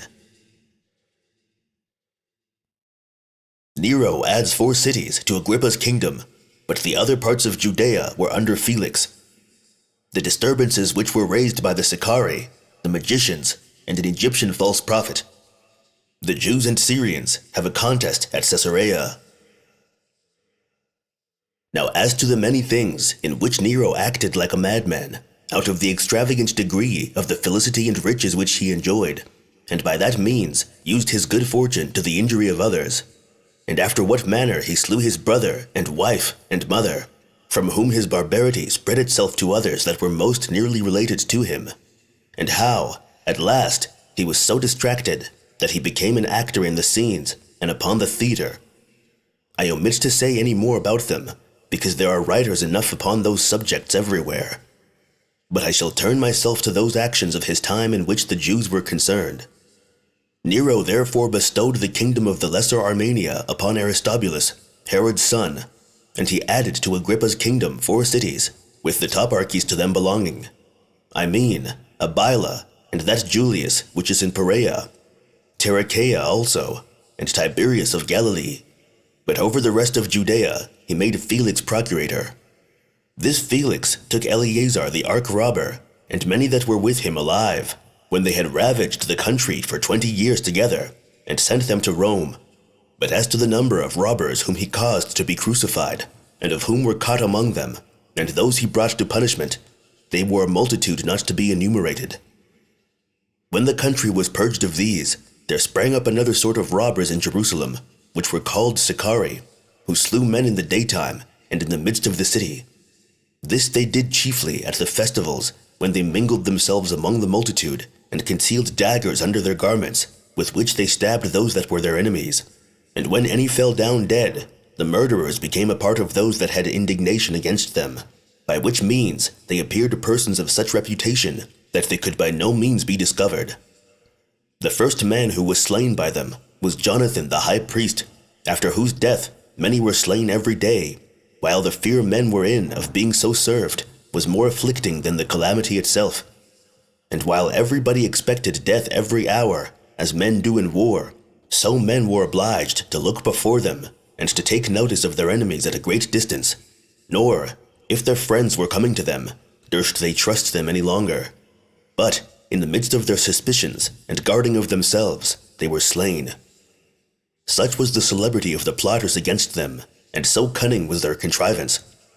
There was also another body of wicked men gotten together, not so impure in their actions, but more wicked in their intentions, who laid waste the happy state of the city no less than did these murderers. These were such men as deceived and deluded the people under pretense of divine inspiration, but were for procuring innovations and changes of the government, and these prevailed with the multitude to act like madmen, and went before them into the wilderness, as pretending that God would there show them the signals of liberty. But Felix thought this procedure was to be the beginning of a revolt, so he sent some horsemen and footmen, both armed, who destroyed a great number of them. But there was an Egyptian false prophet that did the Jews more mischief than the former, for he was a cheat, and pretended to be a prophet also, and got together 30,000 men that were deluded by him. These he led round about from the wilderness to the mount which was called the Mount of Olives, and was ready to break into Jerusalem by force from that place. And if he could but once conquer the Roman garrison and the people, he intended to domineer over them by the assistance of those guards of his that were to break into the city with him. But Felix prevented his attempt, and met him with his Roman soldiers, while all the people assisted him in his attack upon them, insomuch that, when it came to a battle, the Egyptian ran away, with a few others, while the greatest part of those that were with him were either destroyed or taken alive. But the rest of the multitude were dispersed, every one to their own homes, and there concealed themselves. Now, when these were quieted, it happened, as it does in a diseased body, that another part was subject to an inflammation. For a company of deceivers and robbers got together, and persuaded the Jews to revolt, and exhorted them to assert their liberty, inflicting death on those that continued in obedience to the Roman government, and saying that such as willingly chose slavery ought to be forced from such their desired inclinations, for they parted themselves into different bodies, and lay in wait up and down the country, and plundered the houses of the great men, and slew the men themselves, and set the villages on fire. And this till all Judea was filled with the effects of their madness, and thus the flame was every day more and more blown up, till it came to a direct war. There was also another disturbance at Caesarea, those Jews who were mixed with the Syrians that lived there, raising a tumult against them. The Jews pretended that the city was theirs, and said that he who built it was a Jew, meaning King Herod. The Syrians confessed also that its builder was a Jew, but they still said, however, that the city was a Grecian city, for that he who set up the statutes and temples in it could not design it for Jews. On which account, both parties had a contest with one another, and this contest increased so much that it came at last to arms, and the best bolder sort of them marched out to fight. For the elders of the Jews were not capable to put a stop to their own people that were disposed to be tumultuous, and the Greeks thought it a shame for them to be overcome by the Jews. Now these Jews exceeded the others in riches and strength of body, but the Grecian part had the advantages of assistance from the soldiery, for the greatest part of the Roman garrison was raised out of Syria, and being thus related to the Syrian part, they were ready to assist it. However, the governors of the city were concerned to keep all quiet, and whenever they caught those that were most for fighting on either side, they punished them with stripes and bonds. Yet did not the sufferings of those that were caught affright the remainder, or make them desist. but they were still more and more exasperated and deeper engaged in the sedition.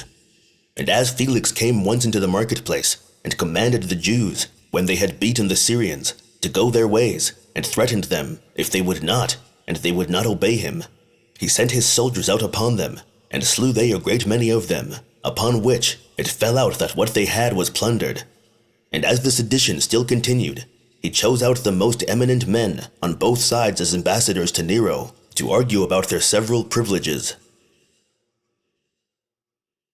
Chapter 14.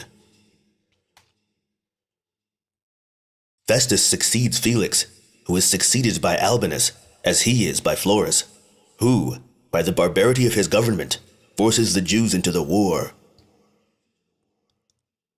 Now it was that Festus succeeded Felix as procurator, and made it his business to correct those that made disturbances in the country. So he caught the greatest part of the robbers, and destroyed a great many of them. But then Albinus, who succeeded Festus, did not execute his office as the other had done, nor was there any sort of wickedness that could be named, but he had a hand in it. Accordingly, he did not only, in his political capacity, steal and plunder everyone's substance, nor did he only burden the whole nation with taxes, but he permitted the relations of such as were in prison for robbery, and had been laid there, either by the senate of every city, or by the former procurators, to redeem them for money. And nobody remained in the prisons as a malefactor, but he who gave him nothing. At this time it was that the enterprises of the seditious at Jerusalem were very formidable, the principal men among them purchasing leave of Albinus to go on with their seditious practices, while that part of the people who delighted in disturbances joined themselves to such as had fellowship with Albinus. And every one of these wicked wretches were encompassed with his own band of robbers, while he himself, like an arch-robber or a tyrant, made a figure among his company, and abused his authority over those about him, in order to plunder those that lived quietly. The effect of which was this, that those who lost their goods were forced to hold their peace, when they had reason to show great indignation at what they had suffered. But those who had escaped were forced to flatter him that deserved to be punished, out of the fear they were in suffering equally with the others. Upon the whole, nobody durst speak their minds, for tyranny was generally tolerated, and at this time were those seeds sown which brought the city to destruction.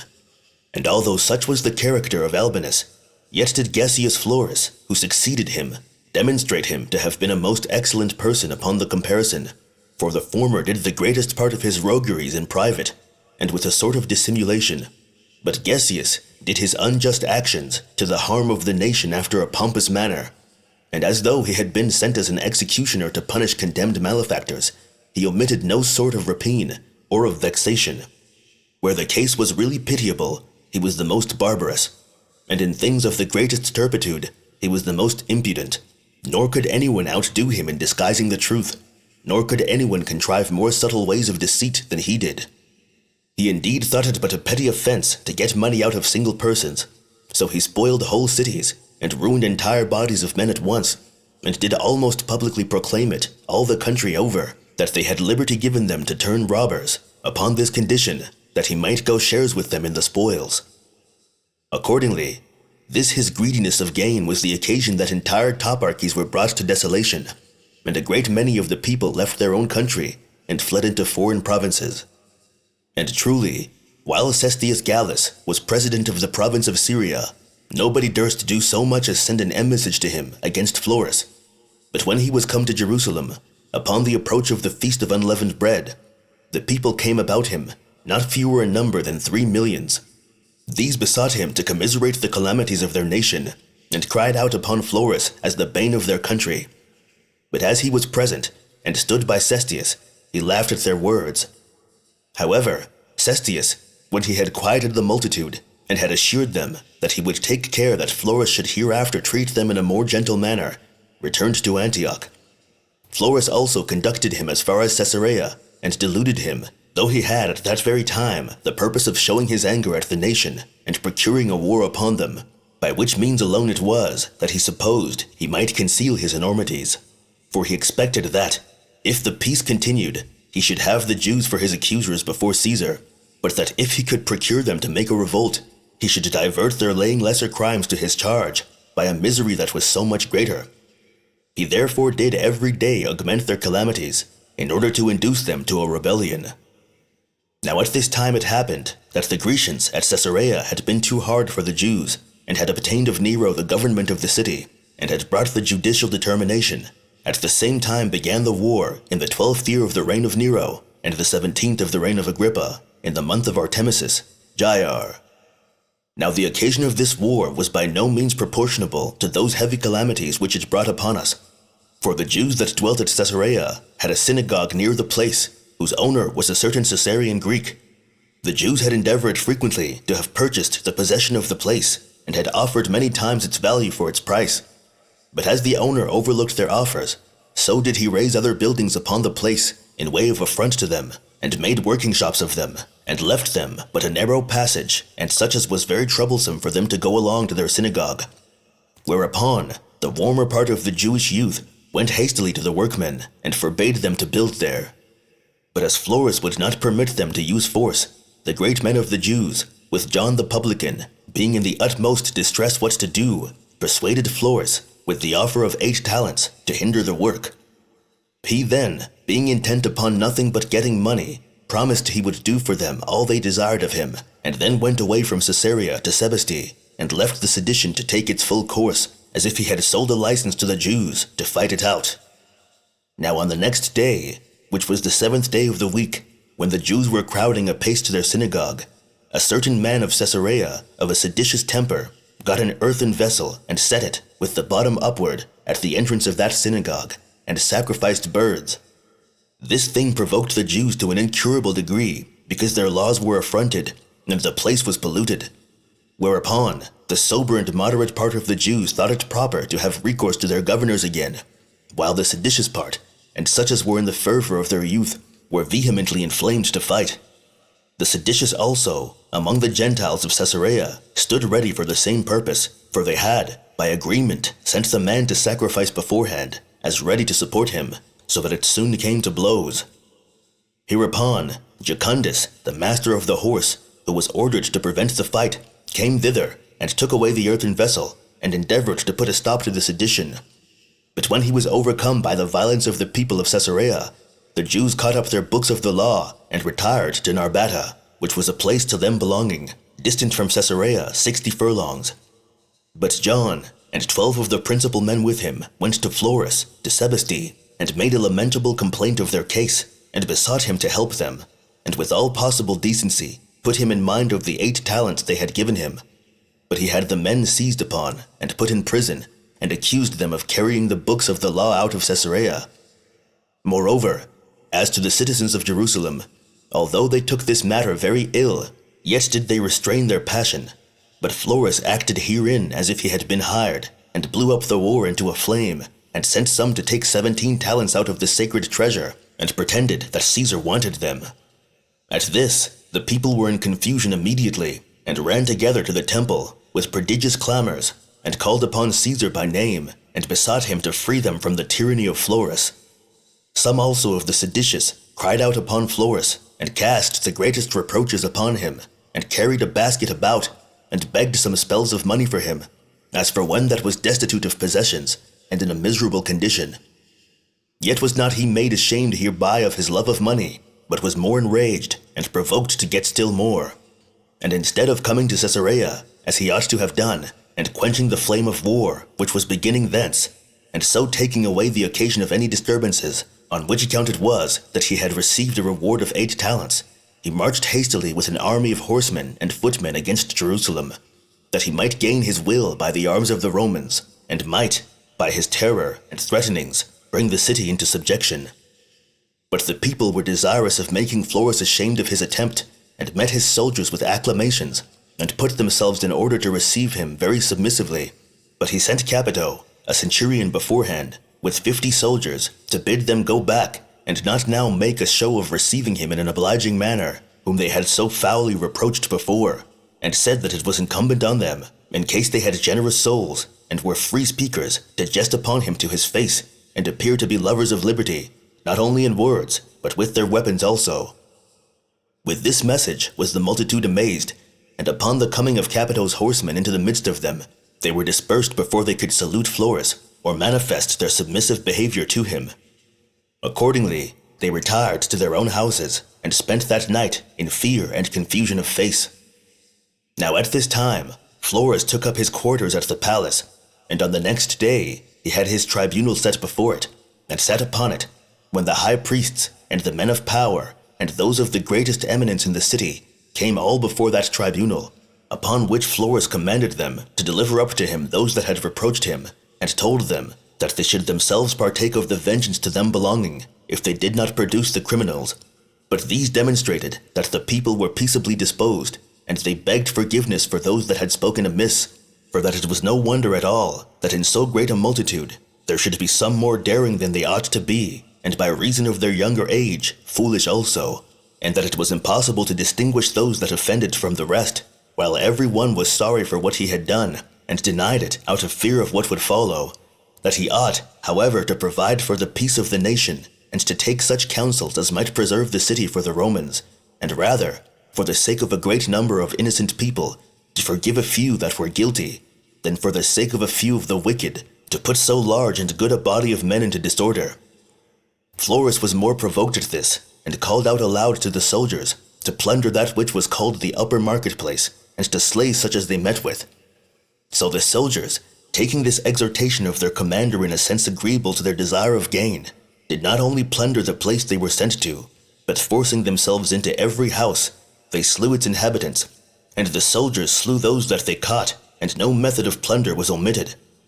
They also caught many of the quiet people, and brought them before Florus, whom he first chastised with stripes, and then crucified. Accordingly, the whole number of those that were destroyed that day, with their wives and children, for they did not spare even the infants themselves, was about 3,600. And what made this calamity the heavier was this new method of Roman barbarity, for Florus ventured then to what no one had done before, that is, to have men of the equestrian order whipped and nailed to the cross before his tribunal, who, although they were by birth Jews, yet were they of Roman dignity notwithstanding. Chapter 15. Concerning Bernice's petition to Florus to spare the Jews, but in vain. As also how, after the seditious flame was quenched, it was kindled again by Florus. About this very time, King Agrippa was going to Alexandria to congratulate Alexander upon his having obtained the government of Egypt from Nero. But as his sister Bernice was come to Jerusalem, and saw the wicked practices of the soldiers, she was sorely affected at it, and frequently sent the masters of her horse and her guards to Florus, and begged of him to leave off these slaughters. But he would not comply with her request, nor have any regard either to the multitude of those already slain, or to the nobility of her that interceded, but only to the advantage he should make by his plundering. Nay, this violence of the soldiers broke out to such a degree of madness that it spent itself on the queen herself, for they did not only torment and destroy those whom they had caught under her very eyes, but indeed had killed herself also, unless she had prevented them by flying to the palace, and had stayed there all night with her guards, which she had about her for fear of an insult from the soldiers.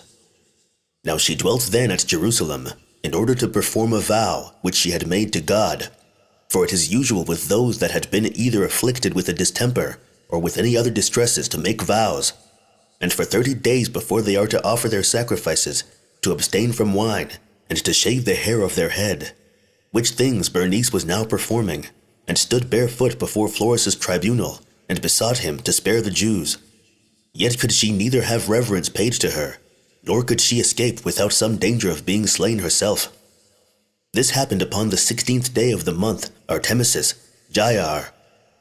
Now on the next day, the multitude, who were in a great agony, ran together to the upper marketplace, and made the loudest lamentations for those that had perished, and the greatest part of the cries were such as reflected on Florus, at which the men of power were affrighted, together with the high priests, and rent their garments, and fell down before each of them, and besought them to leave off, and not to provoke Florus to some incurable procedure, besides what they had already suffered.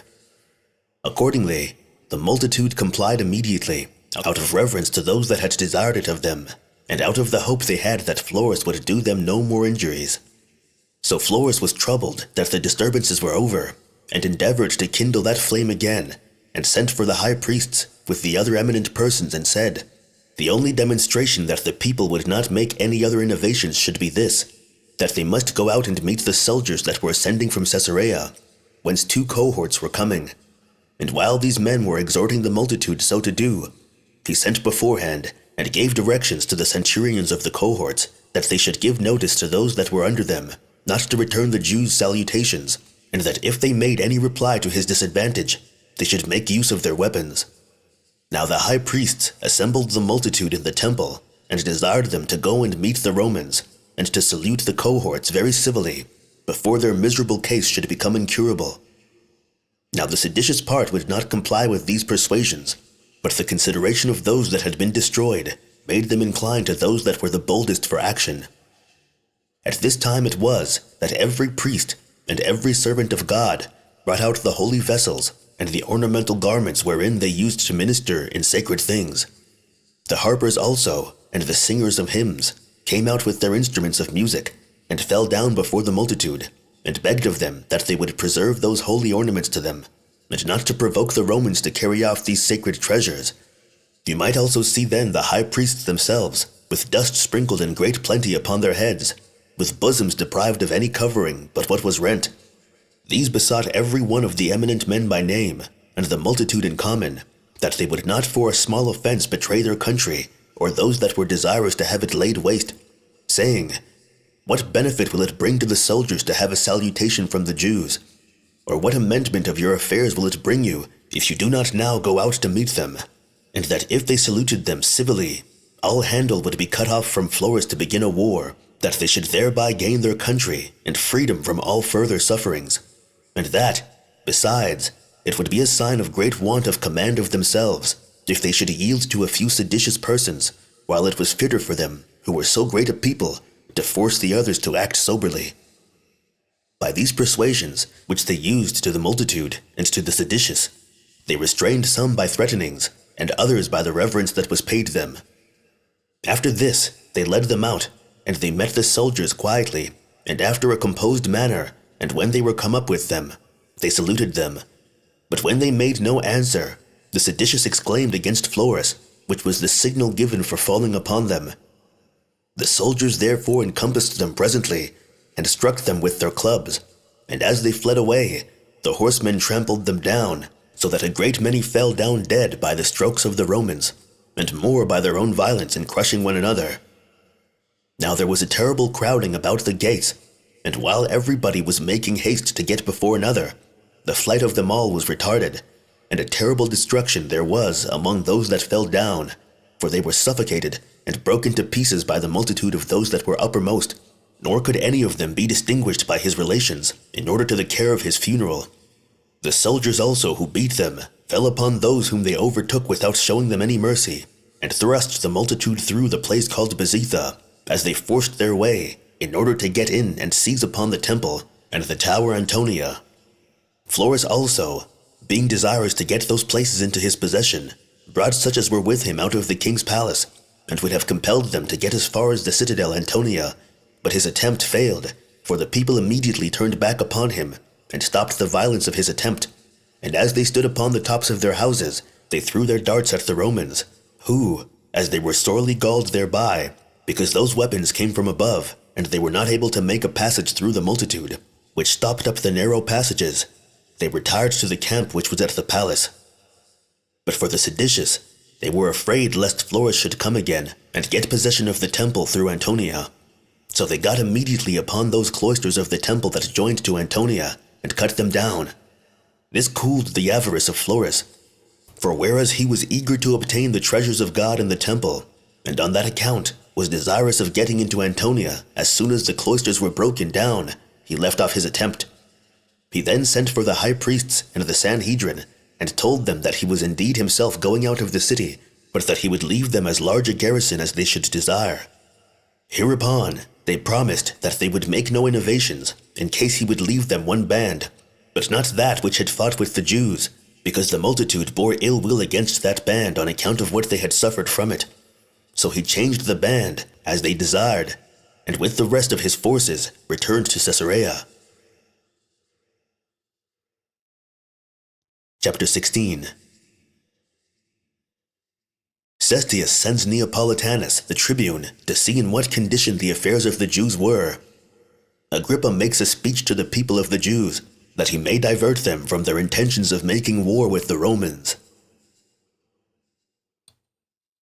However, Florus contrived another way to oblige the Jews to begin the war, and sent to Cestius, and accused the Jews falsely of revolting from the Roman government, and imputed the beginning of the former fight to them, and pretended they had been the authors of that disturbance, wherein they were only the sufferers. Yet were not the governors of Jerusalem silent upon this occasion, but did themselves write to Cestius, as did Bernice also, about the illegal practices of which Florus had been guilty against the city, who, upon reading both accounts, consulted with his captains what he should do. Now some of them thought it best for Cestius to go up with his army, either to punish the revolt, if it was real, or to settle the Roman affairs on a surer foundation, if the Jews continued quiet under them. But he thought it best himself to send one of his intimate friends beforehand, to see the state of affairs, and to give him a faithful account of the intentions of the Jews.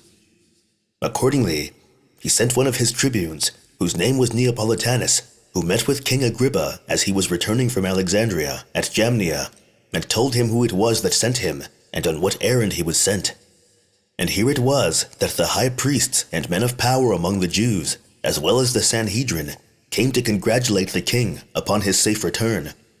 And after they had paid him their respects, they lamented their own calamities, and related to him what barbarous treatment they had met with from Florus.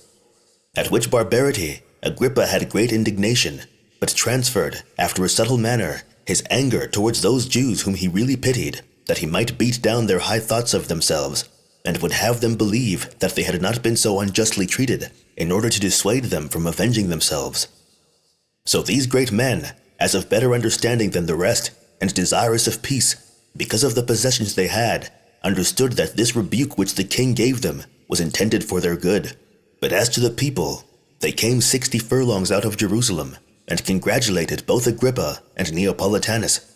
But the wives of those that had been slain came running first of all, and lamenting. The people also, when they heard their mourning, fell into lamentations also, and besought Agrippa to assist them. They also cried out to Neapolitanus, and complained of the many miseries they had endured under Florus. And they showed him, when they were come into the city, how the marketplace was made desolate, and the houses plundered.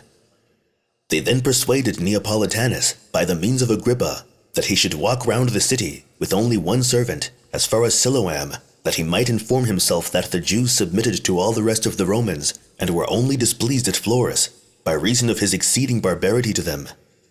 So he walked round, and had sufficient experience of the good temper the people were in, and then went up to the temple, where he called the multitude together, and highly commended them for their fidelity to the Romans, and earnestly exhorted them to keep the peace.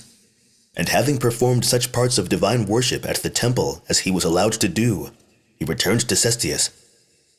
But as for the multitude of the Jews, they addressed themselves to the king, and to the high priests, and desired they might have to leave to send ambassadors to Nero against Florus, and not by their silence afford a suspicion that they had been the occasion of such great slaughters as had been made, and were disposed to revolt, alleging that they should seem to have been the first beginners of the war, if they did not prevent the report by showing who it was that began it.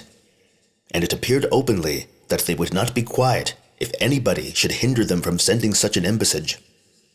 But Agrippa, although he thought it too dangerous a thing for them to appoint men to go as the accusers of Florus, yet did he not think it fit for them to overlook them, as they were in a disposition for war.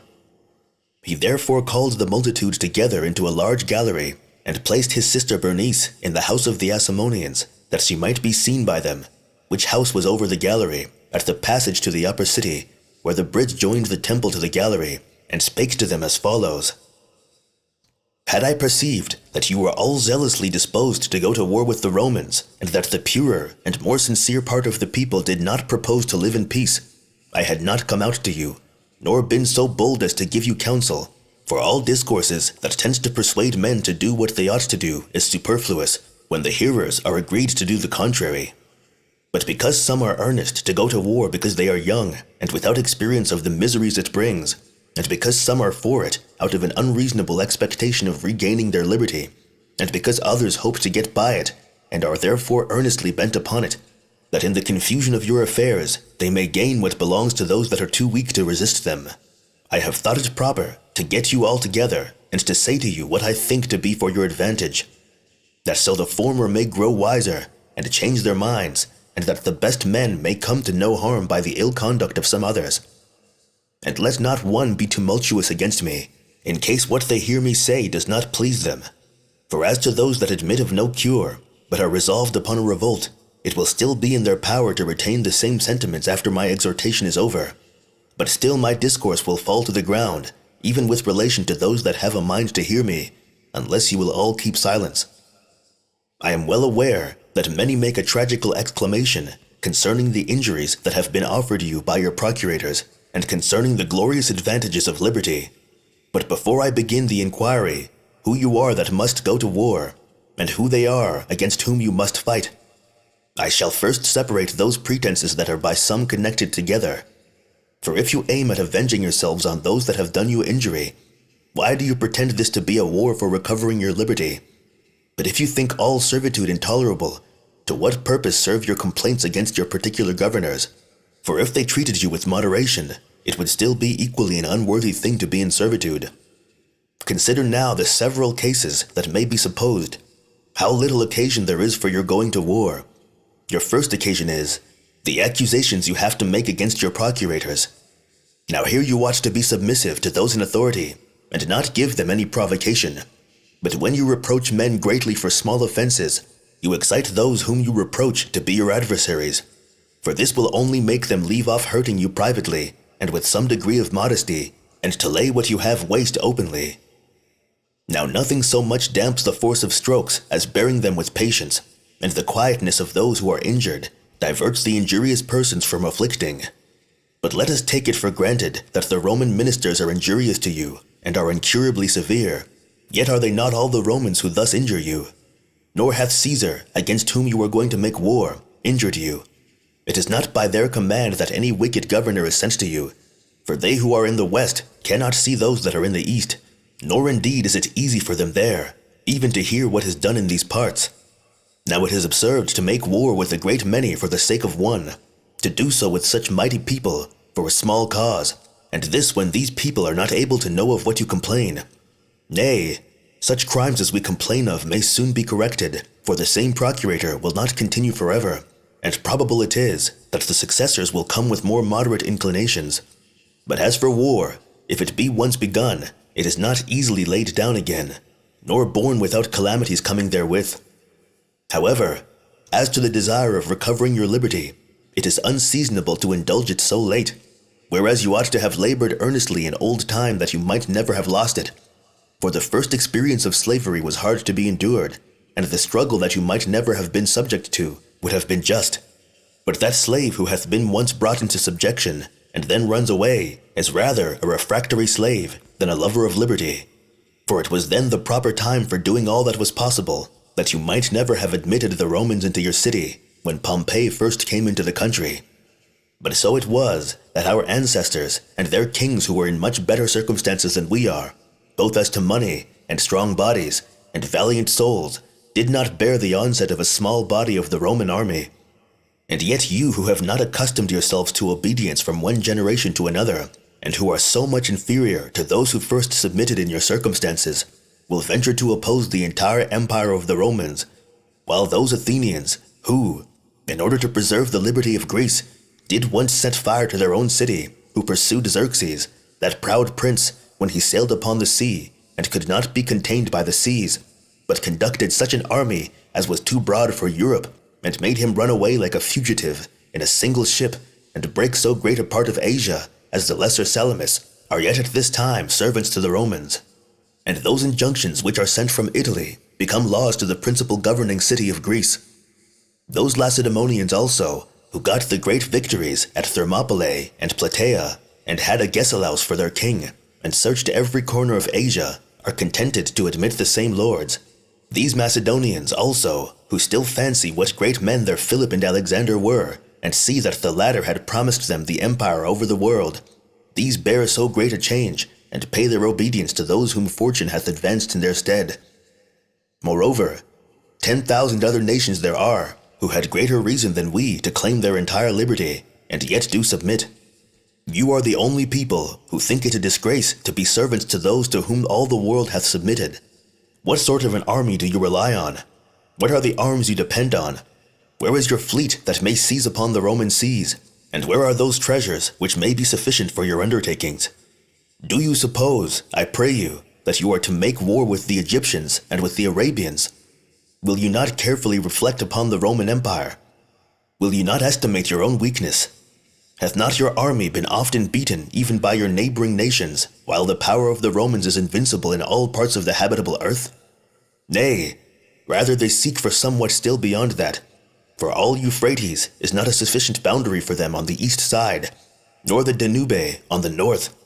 And for their southern limit, Libya hath been searched over by them, as far as countries uninhabited, as is Cadiz, their limit on the west. Nay, indeed, they have sought for another habitable earth beyond the ocean, and have carried their arms as far as such British islands as were never known before. What therefore do you pretend to?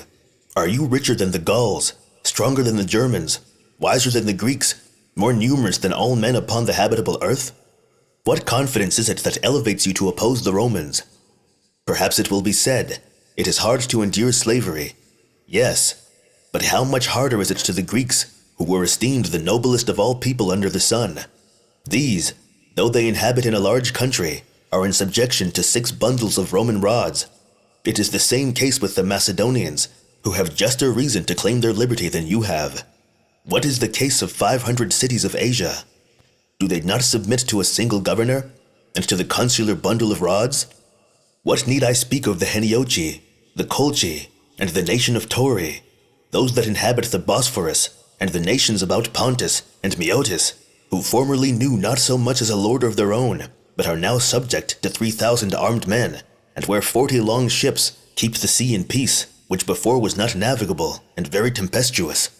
How strong a plea may Bithynia and Cappadocia and the people of Pamphylia, the Lycians and Cilicians put in for liberty, but they are made tributary without an army. What are the circumstances of the Thracians, whose country extends in breadth 5 days' journey, and in length 7, and is of a much more harsh constitution, and much more defensible than yours, and by the rigor of its cold, sufficient to keep off armies from attacking them? Do they not submit to 2,000 men of the Roman garrisons? Are not the Illyrians, who inhabit the country adjoining, as far as Dalmatia and the Danube, governed by barely 2 legions? By which also they put a stop to the incursions of the Dacians, and for the Dalmatians, who have made such frequent insurrections in order to regain their liberty, and who could never before be so thoroughly subdued, but that they always gathered their forces together again, and revolted, yet are they now very quiet, under 1 Roman legion. Moreover, if great advantages might provoke any people to revolt, the Gauls might do it best of all, as being so thoroughly walled round by nature, on the east side by the Alps, and on the north by the river Rhine, on the south by the Pyrenean mountains, and on the west by the ocean. Now, although these Gauls have such obstacles before them to prevent any attack upon them, and have no fewer than 305 nations among them, nay have, as one may say, the fountains of domestic happiness within themselves, and send out plentiful streams of happiness over almost the whole world, these bear to be tributary to the Romans, and derive their prosperous condition from them. And they undergo this, not because they are of effeminate minds, or because they are of an ignoble stock, as having borne a war of 80 years, in order to preserve their liberty, but by reason of the great regard they have to the power of the Romans, and their good fortune, which is of greater efficacy than their arms. These Gauls, therefore, are kept in servitude by 1,200 soldiers, who are hardly so many as their cities, nor hath the gold dug out of the mines of Spain been sufficient for the support of a war to preserve their liberty, nor could their vast distance from the Romans by land and by sea do it, nor could the martial tribes of the Lusitanians and Spaniards escape, no more could the ocean with its tide, which yet was terrible to the ancient inhabitants. Nay, the Romans have extended their arms beyond the pillars of Hercules, and have walked among the clouds, upon the Pyrenean mountains, and have subdued these nations, and 1 legion is a sufficient guard for these people, although they were so hard to be conquered, and at a distance so remote from Rome. Who is there among you who hath not heard of the great number of the Romans? You have, to be sure, yourselves seen them to be strong and tall, and that frequently, since the Romans have them among their captives everywhere. Yet these Germans, who dwell in an immense country, who have minds greater than their bodies, and a soul that despises death, and who are in a rage more fierce than wild beasts, have the Rhine for the boundary of their enterprises, and are tamed by 8 Roman legions. Such of them as were taken captives became their servants, and the rest of the entire nation were obliged to save themselves by flight. Do you also, who depend on the walls of Jerusalem, consider what a wall the Britons had? For the Romans sailed away to them, and subdued them while they were encompassed by the ocean, and inhabited an island that is not less than the continent of this habitable earth, and 4 legions are a sufficient guard to so large an island. And why should I speak much more about this matter, while the Parthians, that most warlike body of men, and lords of so many nations, and encompassed with such mighty forces, sent hostages to the Romans? Whereby you may see, if you please, even in Italy, the noblest nation of the East, under the notion of peace, submitting to serve them. Now, when almost all people under the sun submit to the Roman arms, will you be the only people that make war against them, and this without regarding the faith of the Carthaginians, who, in the midst of their brags of the great Hannibal, and the nobility of their Phoenician original, fell by the hand of Scipio? Nor indeed have the Cyrenians, derived from the Lacedaemonians, nor the Marmaridae, a nation extended as far as the regions uninhabitable for want of water, nor have the Syrtes, a place terrible to such as barely hear it described, the Nasamons and Moors, and the immense multitude of the Numidians, been able to put a stop to the Roman valor. And as for the 3rd part of the habitable earth, Africa, whose nations are so many that it is not easy to number them, and which is bounded by the Atlantic Sea and the Pillars of Hercules, and feeds an innumerable multitude of Ethiopians as far as the Red Sea, these have the Romans subdued entirely. And besides the annual fruits of the earth, which maintain the multitude of the Romans for 8 months in the year, this, over and above, pays all sorts of tribute, and affords revenues suitable to the necessities of the government. Nor do they, like you, esteem such injunctions a disgrace to them, although they have but 1 Roman legion that abides among them. And indeed, what occasion is there for showing you the power of the Romans over remote countries, when it is so easy to learn it from Egypt in your neighborhood? This country is extended as far as the Ethiopians, and Arabia, the Happy, and borders upon India. It hath 7,500,000 men, besides the inhabitants of Alexandria, as may be learned from the revenue of the poll tax. Yet it is not ashamed to submit to the Roman government, although it hath Alexandria, as a grand temptation to a revolt, by reason it is so full of people and of riches, and is besides exceeding large, its length being 30 furlongs, and its breadth no less than 10. And it pays more tribute to the Romans in 1 month than you do in a year.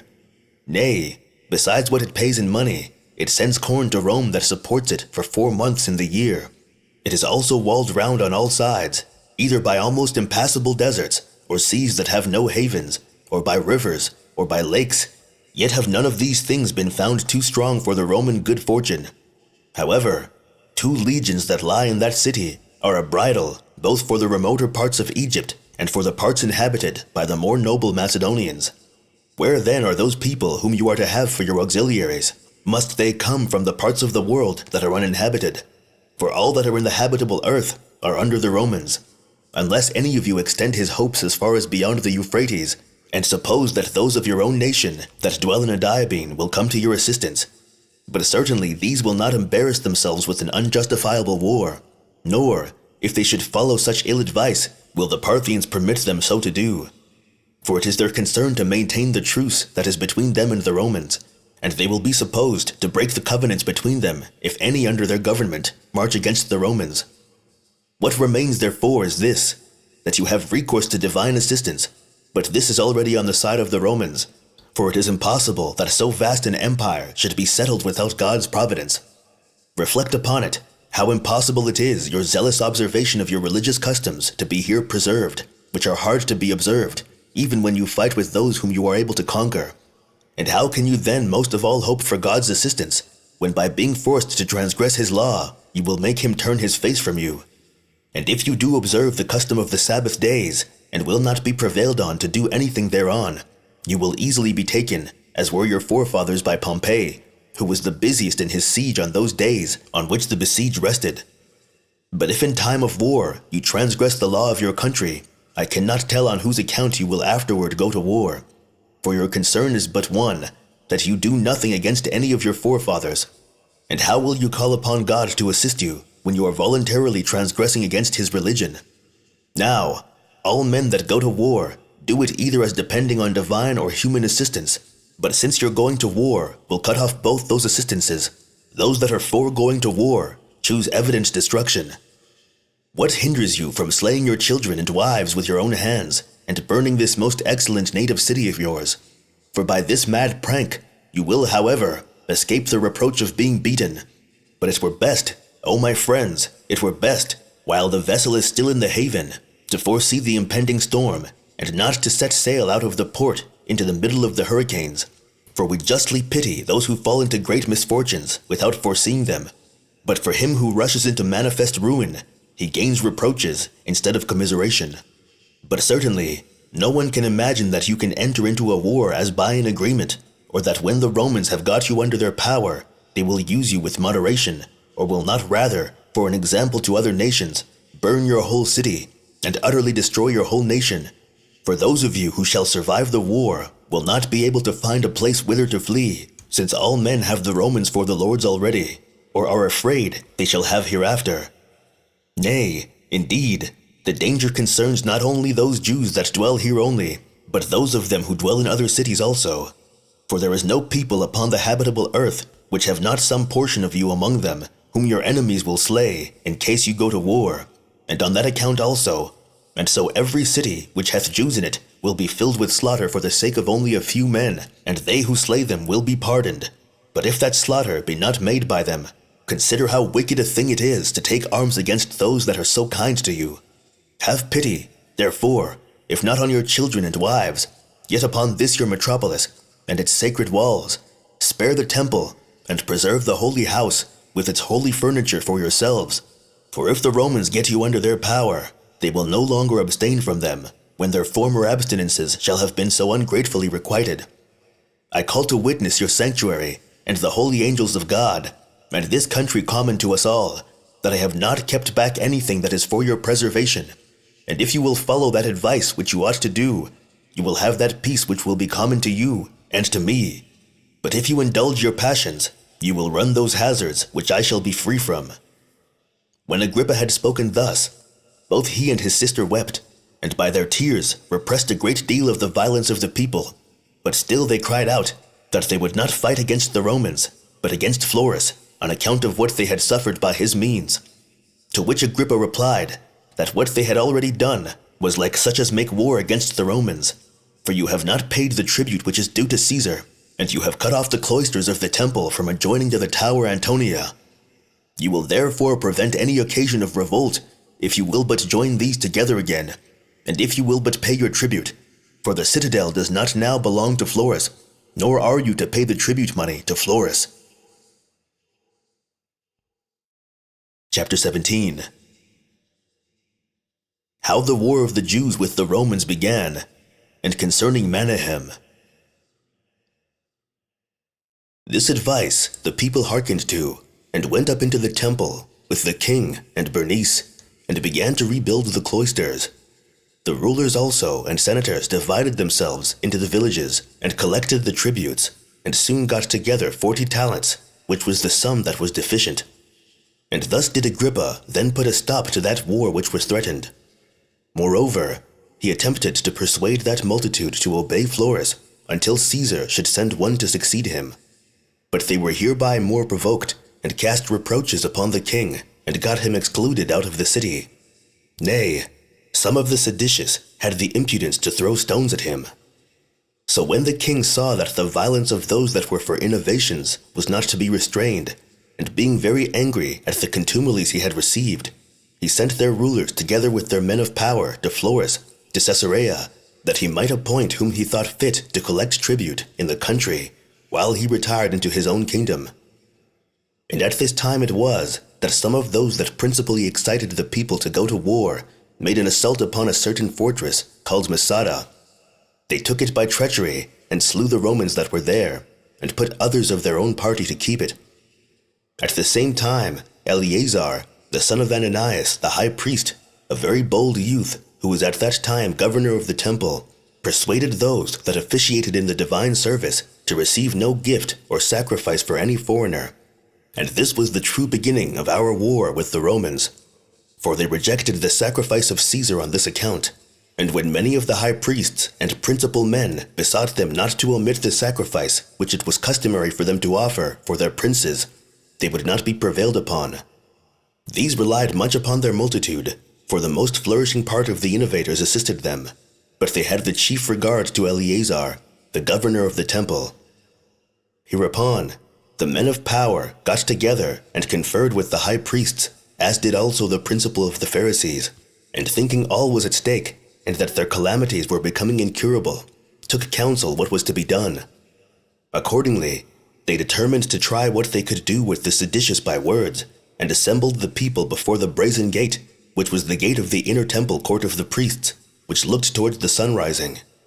And in the first place, they showed the great indignation they had at this attempt for a revolt, and for their bringing so great a war upon their country, after which they confuted their pretense as unjustifiable, and told them that their forefathers had adorned their temple in great part with donations bestowed on them by foreigners, and had always received what had been presented to them from foreign nations, and that they had been so far from rejecting any person's sacrifice, which would be the highest instance of impiety, that they had themselves placed those donations about the temple which were still visible, and had remained there so long a time, that they did now irritate the Romans to take up arms against them, and invited them to make war upon them, and brought up novel rules of strange divine worship, and determined to run the hazard of having their city condemned for impiety, while they would not allow any foreigner, but Jews only, either to sacrifice or to worship therein. And if such a law should ever be introduced in the case of a single person only, he would have indignation at it, as an instance of inhumanity determined against him. While they have no regard to the Romans or to Caesar, and forbade even their oblations to be received also, that however they cannot but fear, lest, by thus rejecting their sacrifices, they shall not be allowed to offer their own, and that this city will lose its principality, unless they grow wiser quickly, and restore the sacrifices as formerly, and indeed amend the injury they have offered to foreigners, before the report of it comes to the ears of those that have been injured. And as they said these things, they produced those priests that were skillful in the customs of their country, who made the report that all their forefathers had received the sacrifices from foreign nations. But still not one of the innovators would hearken to what was said. Nay, those that ministered about the temple would not attend their divine service, but were preparing matters for beginning the war. So the men of power, perceiving that the sedition was too hard for them to subdue, and that the danger which would arise from the Romans would come upon them first of all, endeavored to save themselves, and sent ambassadors, some to Florus, the chief of whom was Simon, the son of Ananias, and others to Agrippa, among whom the most eminent were Saul, and Antipas, and Costobarus, who were of the king's kindred. And they desired of them both that they would come with an army to the city, and cut off the sedition before it should be too hard to be subdued. Now this terrible message was good news to Florus, and because his design was to have a war kindled, he gave the ambassadors no answer at all. But Agrippa was equally solicitous for those that were revolting, and for those against whom the war was to be made, and was desirous to preserve the Jews for the Romans, and the temple and metropolis for the Jews. He was also sensible that it was not for his own advantage that the disturbances should proceed. So he sent 3,000 horsemen to the assistance of the people out of Auranitis and Battania and Trachonitis, and these under Darius, the master of his horse, and Philip, the son of Josephus, the general of his army. Upon this, the men of power, with the high priests, as also all the part of the multitude that were desirous of peace, took courage, and seized upon the upper city, Mount Sion, for the seditious part had the lower city and the temple in their power. So they made use of stones and slings perpetually against one another, and threw darts continually on both sides. And sometimes it happened that they made excursions by troops and fought it out, hand to hand, while the seditious were superior in boldness, but the king's soldiers in skill. These last strove chiefly to gain the temple and to drive those out of it who profaned it, as did the seditious with Eleazar, besides what they had already, labor to gain the upper city. Thus were there perpetual slaughters on both sides for 7 days' time, but neither side would yield up the parts they had seized upon. Now the next day was the festival of Xylophory, upon which the custom was for every one to bring wood for the altar, that there might never be a want of fuel for that fire which was unquenchable and always burning. Upon that day they excluded the opposite party from the observation of this part of religion, and when they had joined themselves, many of the Sicarii, who crowded in among the weaker people, that was the name for such robbers as had under their bosoms swords called Sici, they grew bolder and carried their undertakings further, insomuch that the king's soldiers were overpowered by their multitude and boldness, and so they gave way and were driven out of the upper city by force. The others then set fire to the house of Ananias, the high priest, and to the palaces of Agrippa and Bernice, after which they carried the fire to the place where the archives were reposited, and made haste to burn the contracts belonging to their creditors, and thereby dissolve their obligations for paying their debts. And this was done in order to gain the multitude of those who had been debtors, and that they might persuade the poorer sort to join in their insurrection with safety against the more wealthy. So the keepers of the records fled away, and the rest set fire to them. And when they had thus burnt down the nerves of the city, they fell upon their enemies, at which time some of the men of power and of the high priests went into the vaults underground and concealed themselves, while others fled with the king's soldiers to the upper palace and shut the gates immediately, among whom were Ananias the high priest and the ambassadors that had been sent to Agrippa. And now the seditious were contented with the victory they had gotten and the buildings they had burnt down, and proceeded no further. But on the next day, which was the 15th of the month Laus, Ab, they made an assault upon Antonia, and besieged the garrison which was in it 2 days, and then took the garrison, and slew them, and set the citadel on fire. After which they marched to the palace, whither the king's soldiers were fled, and parted themselves into 4 bodies, and made an attack upon the walls. As for those that were within it, no one had the courage to sally out, because those that assaulted them were so numerous. But they distributed themselves into the breastworks and turrets, and shot at the besiegers, whereby many of the robbers fell under the walls. Nor did they cease to fight with one another by night or by day, while the seditious supposed that those within would grow weary for want of food, and those without supposed the others would do the like by the tediousness of the siege.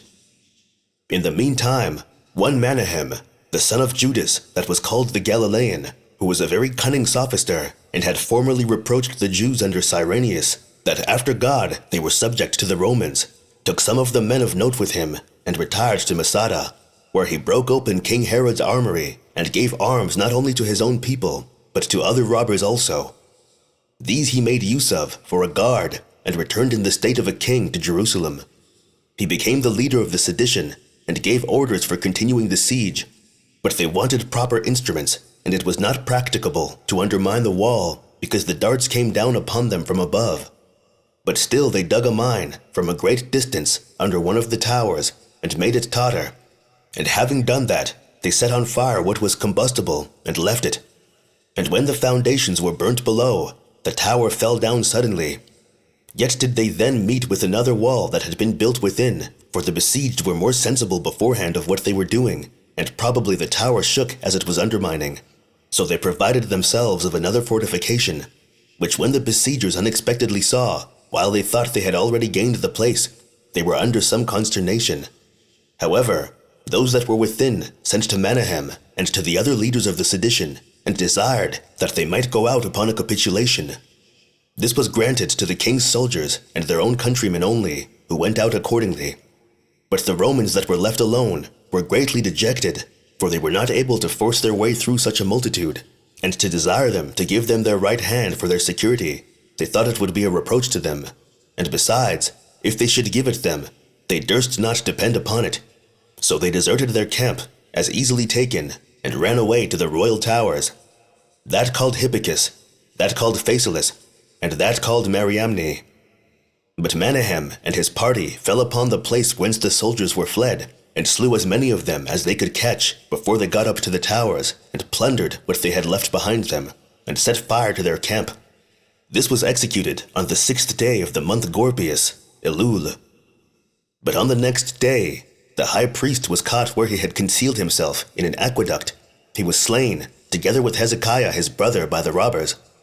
Hereupon, the seditious besieged the towers, and kept them guarded, lest any one of the soldiers should escape. Now the overthrow of the places of strength, and the death of the high priest Ananias, so puffed up Menahem, that he became barbarously cruel, and, as he thought he had no antagonists to dispute the management of affairs with him, he was no better than an insupportable tyrant. But Eleazar and his party, when words had passed between them, how it was not proper when they revolted from the Romans out of the desire of liberty, to betray that liberty to any of their own people, and to bear a lord, who, though he should be guilty of no violence, was yet meaner than themselves. As also that, in case they were obliged to set someone over their public affairs, it was fitter they should give that privilege to any one rather than to him. They made an assault upon him in the temple, for he went up thither to worship in a pompous manner, and adorned with royal garments, and had his followers with him in their armor. But Eleazar and his party fell violently upon him, as did also the rest of the people, and taking up stones to attack him withal, they threw them at the sophister, and thought that if he were once ruined, the entire sedition would fall to the ground. Now Menahem and his party made resistance for a while, but when they perceived that the whole multitude were falling upon them, they fled, which was every one was able.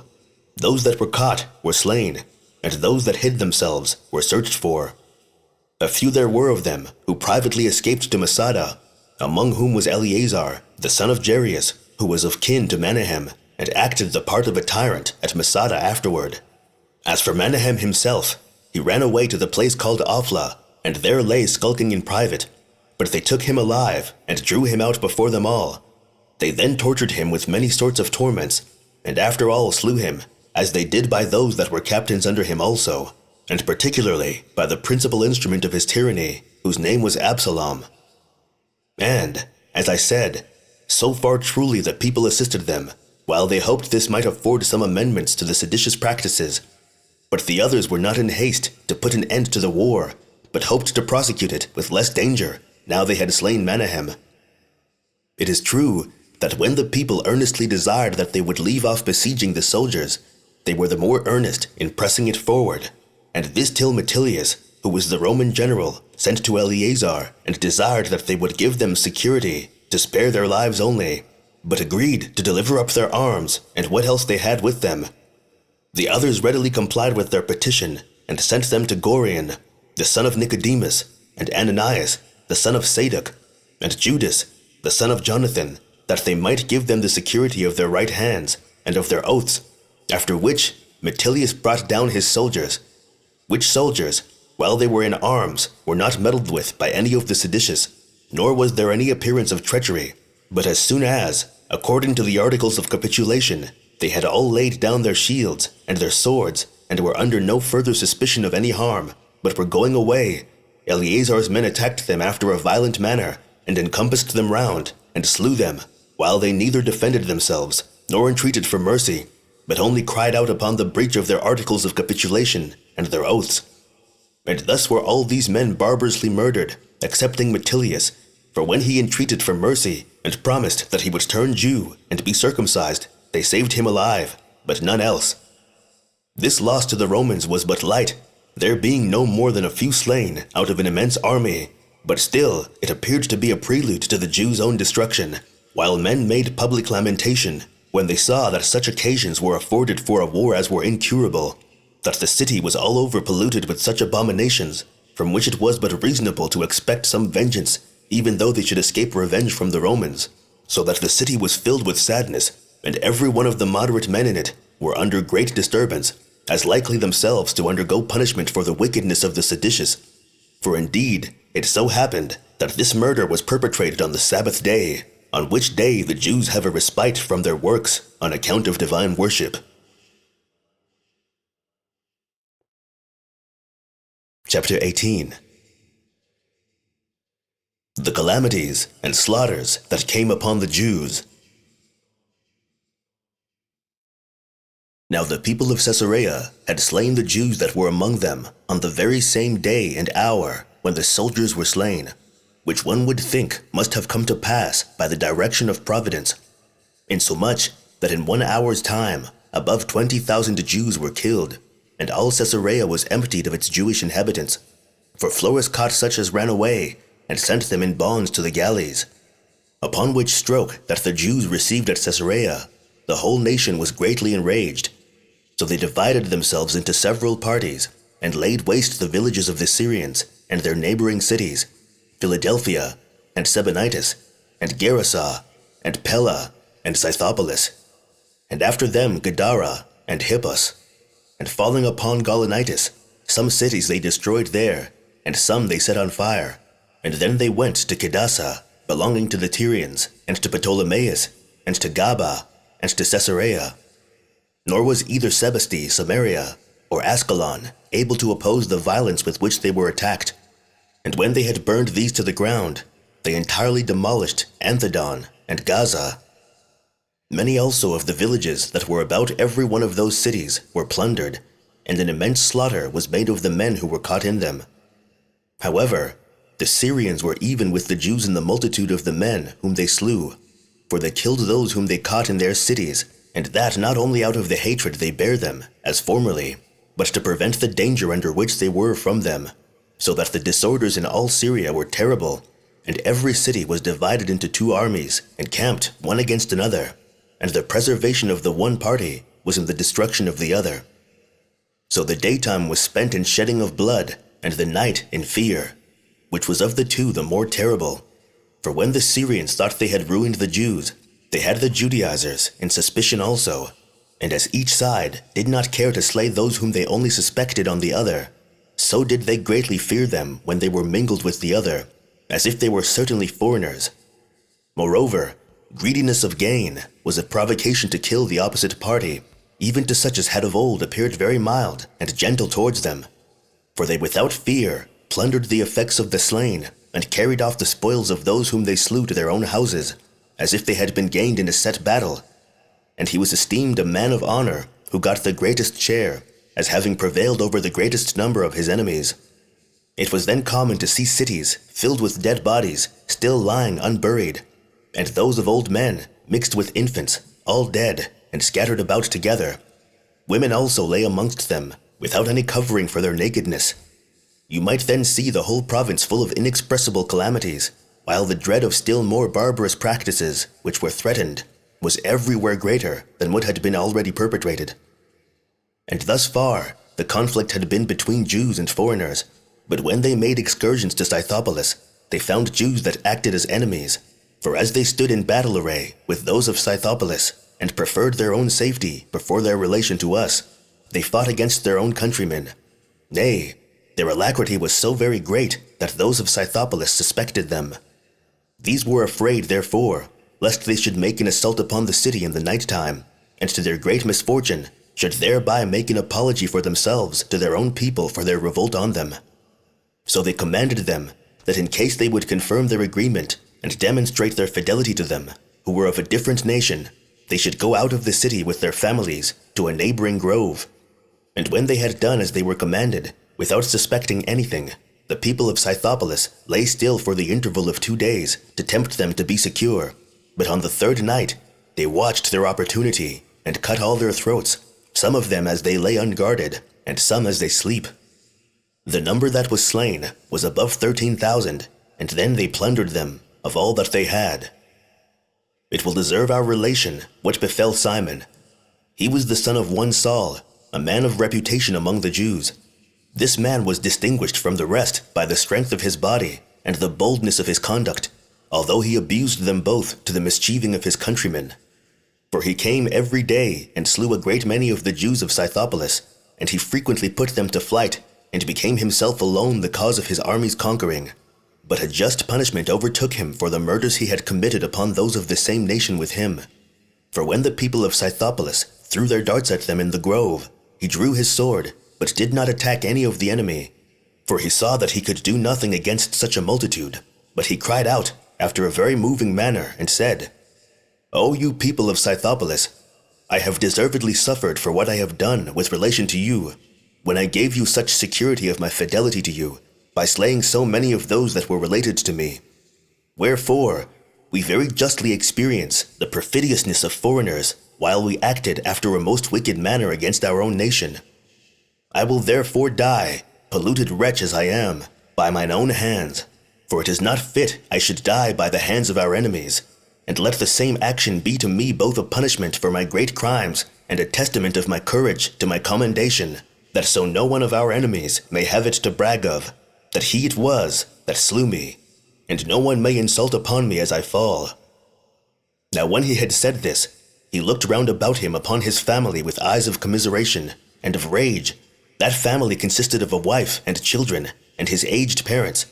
So, in the first place, he caught his father by his gray hairs and ran his sword through him. And after him, he did the same to his mother, who willingly received it.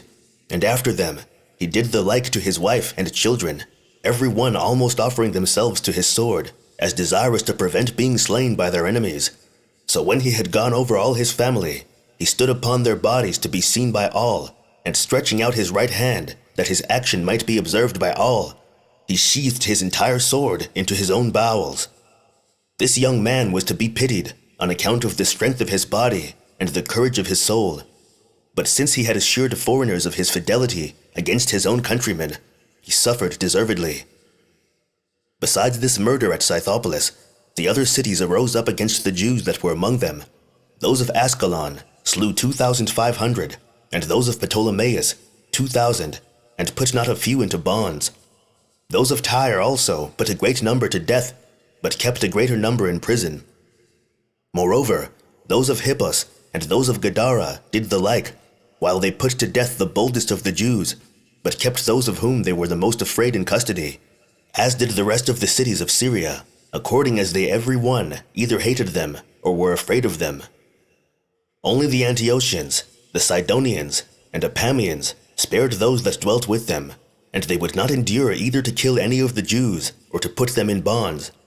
And perhaps they spared them because their own number was so great that they despised their attempts. But I think that the greatest part of this favor was owing to their commiseration of those whom they saw to make no innovations.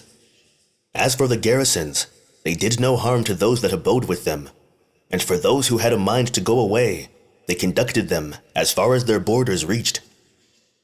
There was also a plot laid against the Jews in Agrippa's kingdom, for he was himself gone to Cestius Gallus, to Antioch, but had left one of his companions, whose name was Noerus, to take care of the public affairs, which Noerus was of kin to King Soemus. Now there came certain men, 70 in number, out of Batanea, who were the most considerable for their families and prudence of the rest of the people.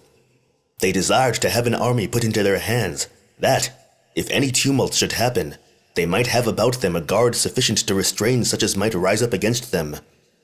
This Noerus sent out some of the king's armed men by night, and slew all those 70 men, which bold action he ventured upon without consent of Agrippa, and was such a lover of money, that he chose to be so wicked to his own countrymen, although he brought ruin on the kingdom thereby.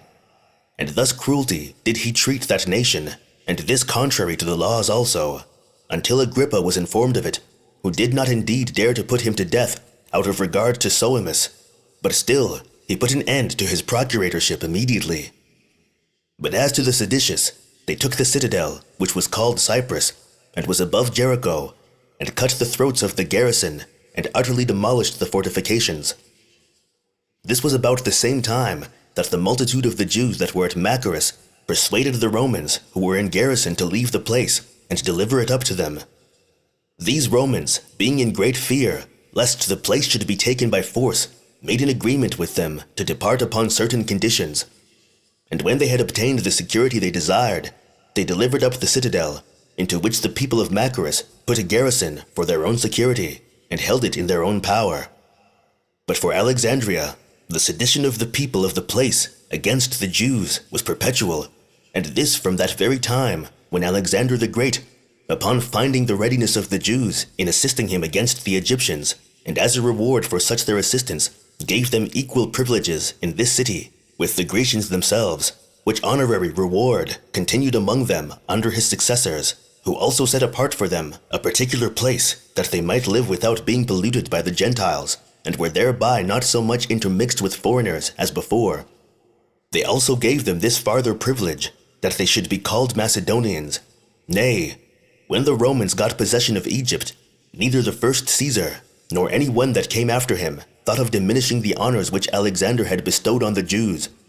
But still, conflicts perpetually arose with the Grecians, and although the governors did every day punish many of them, yet did the sedition grow worse. But at this time especially, when there were tumults in other places also, the disorders among them were put into a greater flame.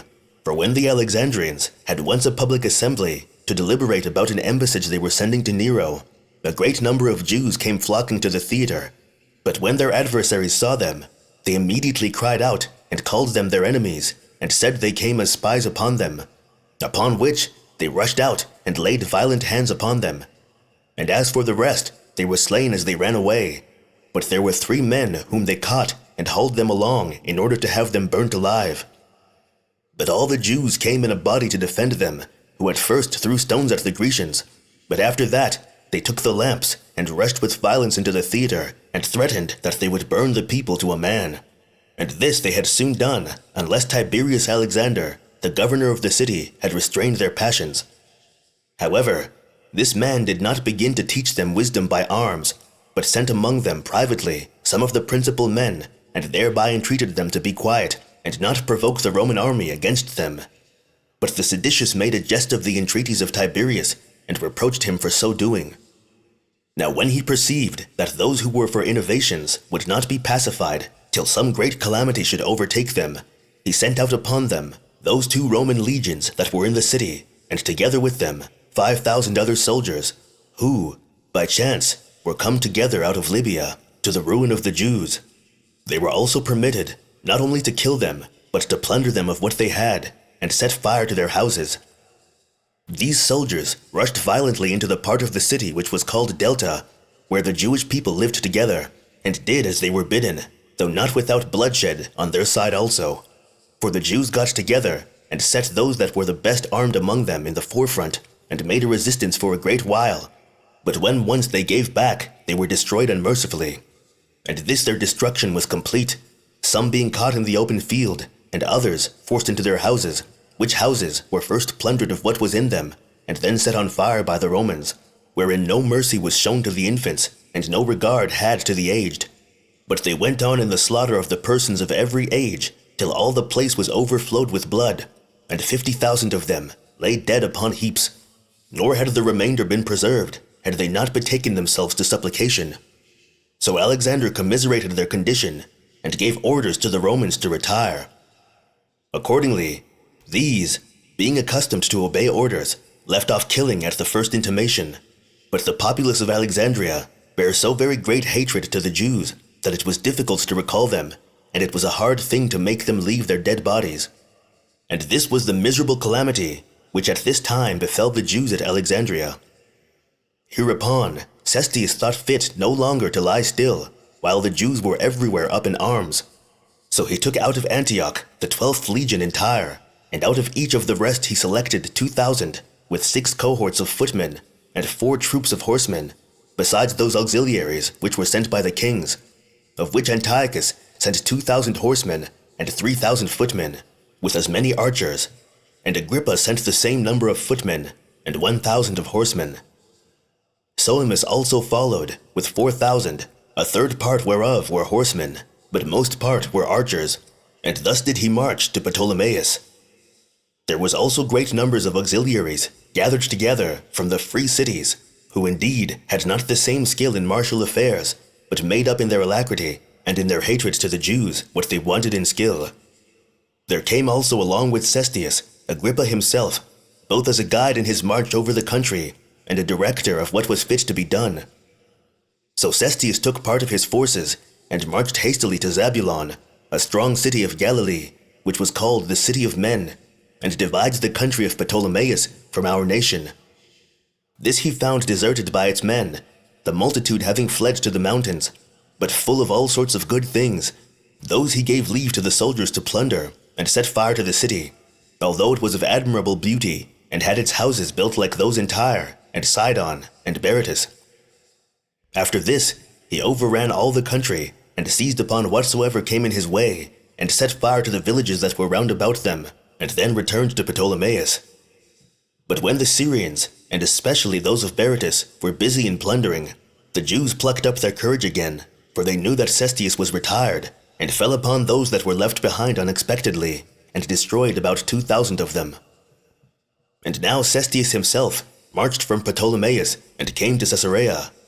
But he sent part of his army before him to Joppa, and gave orders that if they could take that city by surprise, they should keep it, but that in case the citizens should perceive they were coming to attack them, then they should stay for him, and for the rest of the army.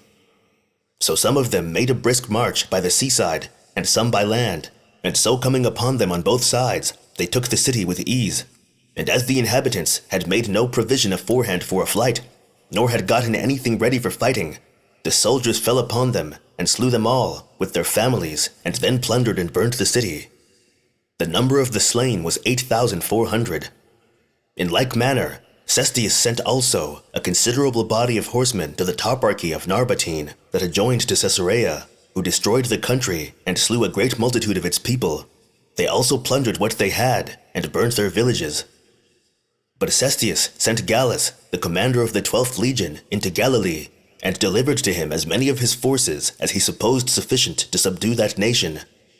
He was received by the strongest of the city of Galilee, which was Sepphoris, with acclamations of joy, which wise conduct of that city occasioned the rest of the cities to be in quiet, while the seditious part and the robbers ran away to that mountain which lies in the very middle of Galilee, and is situated over against Sepphoris, and is called Asammon. So Gallus brought his forces against them, but while those men were in the superior parts above the Romans, they easily threw their darts upon the Romans as they made their approaches, and slew about 200 of them. But when the Romans had gone round the mountains, and were gotten into the parts above their enemies, the others were soon beaten, nor could they who had only light armor on sustain the force of them that fought them armed all over.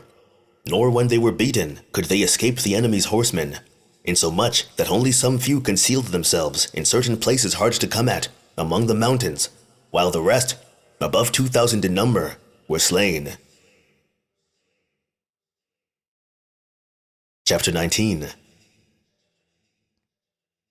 What Cestius did against the Jews, and how upon his besieging Jerusalem he retreated from the city without any just occasion in the world, as also what severe calamities he underwent from the Jews in his retreat. And now Gallus, seeing nothing more that looked towards an innovation in Galilee, returned with his army to Caesarea. But Cestius removed with his whole army, and marched to Antipatris. And when he was informed that there was a great body of Jewish forces gotten together in a certain tower called Aphek, he sent a party before to fight them.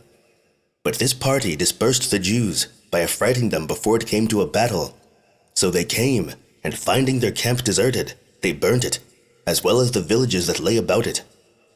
But when Cestius had marched from Antipatris to Lydda, he found the city empty of its men, for the whole multitude were gone up to Jerusalem to the Feast of Tabernacles. Yet did he destroy 50 of those that showed themselves, and burnt the city, and so marched forwards, and ascending by Bethoron, he pitched his camp at a certain place called Gabao, 50 furlongs distant from Jerusalem. But as for the Jews, when they saw the war approaching to their metropolis, they left the feast, and betook themselves to their arms, and taking courage greatly from their multitude, went in a sudden and disorderly manner to the fight, with a great noise, and without any consideration had of the rest of the 7th day, although the Sabbath was the day to which they had the greatest regard. But that rage, which made them forget the religious observation of the Sabbath, made them too hard for their enemies in the fight.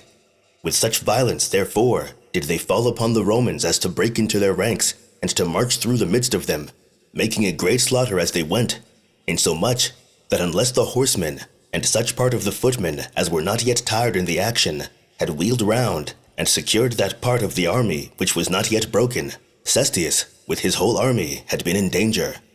However, 515 of the Romans were slain, of which number 400 were footmen, and the rest horsemen. while the Jews lost only 22, of whom the most valiant were the kinsmen of Monobazus, king of Adiabene, and their names were Monobazus and Kenedius. And next to them were Niger of Perea and Silas of Babylon, who had deserted from King Agrippa to the Jews, for he had formerly served in his army. When the front of the Jewish army had been cut off, the Jews retired into the city. But still, Simon, the son of Giora, fell upon the back of the Romans as they were ascending up to Bethhoron, and put the hindmost of the army into disorder, and carried off as many of the beasts that carried the weapons of war, and led them into the city. But as Cestius tarried there 3 days, the Jews seized upon the elevated parts of the city, and set watches at the entrances into the city, and appeared openly resolved not to rest when once the Romans should begin to march. And now when Agrippa observed that even the affairs of the Romans were likely to be in danger, while such an immense multitude of their enemies had seized upon the mountains round about, he determined to try what the Jews would agree to by words, as thinking that he should either persuade them all to desist from fighting, or however, that he should cause the sober part of them to separate themselves from the opposite party. So he sent Borsius and Phoebus, the persons of his party that were best known to them, and promised them that Cestius should give them his right hand to secure them of the Romans' entire forgiveness of what they had done amiss, if they would throw away their arms and come over to them. But the seditious, fearing lest the whole multitude, in hopes of security to themselves, should go over to Agrippa, resolved immediately to fall upon and kill the ambassadors. Accordingly, they slew Phoebus before he said a word, but Borsius was only wounded, and so prevented his fate by flying away. And when the people were very angry at this, they had the seditious beaten with stones and clubs, and drove them before them into the city. But now Cestius, observing that the disturbances that were begun among the Jews afforded him a proper opportunity to attack them, took his whole army along with him, and put the Jews to flight, and pursued them to Jerusalem. He then pitched his camp upon the elevation called Scopus, or watchtower, which was distant 7 furlongs from the city. Yet did he not assault them in 3 days' time, out of expectation that those within might perhaps yield a little, and in the meantime he sent out a great army of his soldiers into neighboring villages to seize upon their corn, and on the 4th day, which was the 30th of the month Hyperbaratus, Tisri, when he put his army in array, he brought it into the city. Now for the people, they were kept under by the seditious, but the seditious themselves were greatly affrighted at the good order of the Romans, and retired from the suburbs, and retreated into the inner part of the city, and into the temple. But when Cestius was come into the city, he set the part called Bezetha, which is also called Sinopolis, or the new city, on fire, as he did also to the timber market, after which he came into the upper city, and pitched his camp over against the royal palace.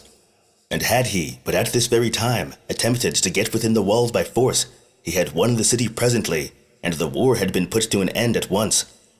But Tyrannus Priscius, the muster-master of the army, and a great number of the officers of the horse, had been corrupted by Florus, and diverted him from that his attempt. And that was the occasion that this war lasted so very long, and thereby the Jews were involved in such incurable calamities. In the meantime, many of the principal men of the city were persuaded by Ananus, the son of Jonathan, and invited Cestius into the city, and were about to open the gates for him. But he overlooked this offer, partly out of his anger at the Jews, and partly because he did not thoroughly believe they were in earnest.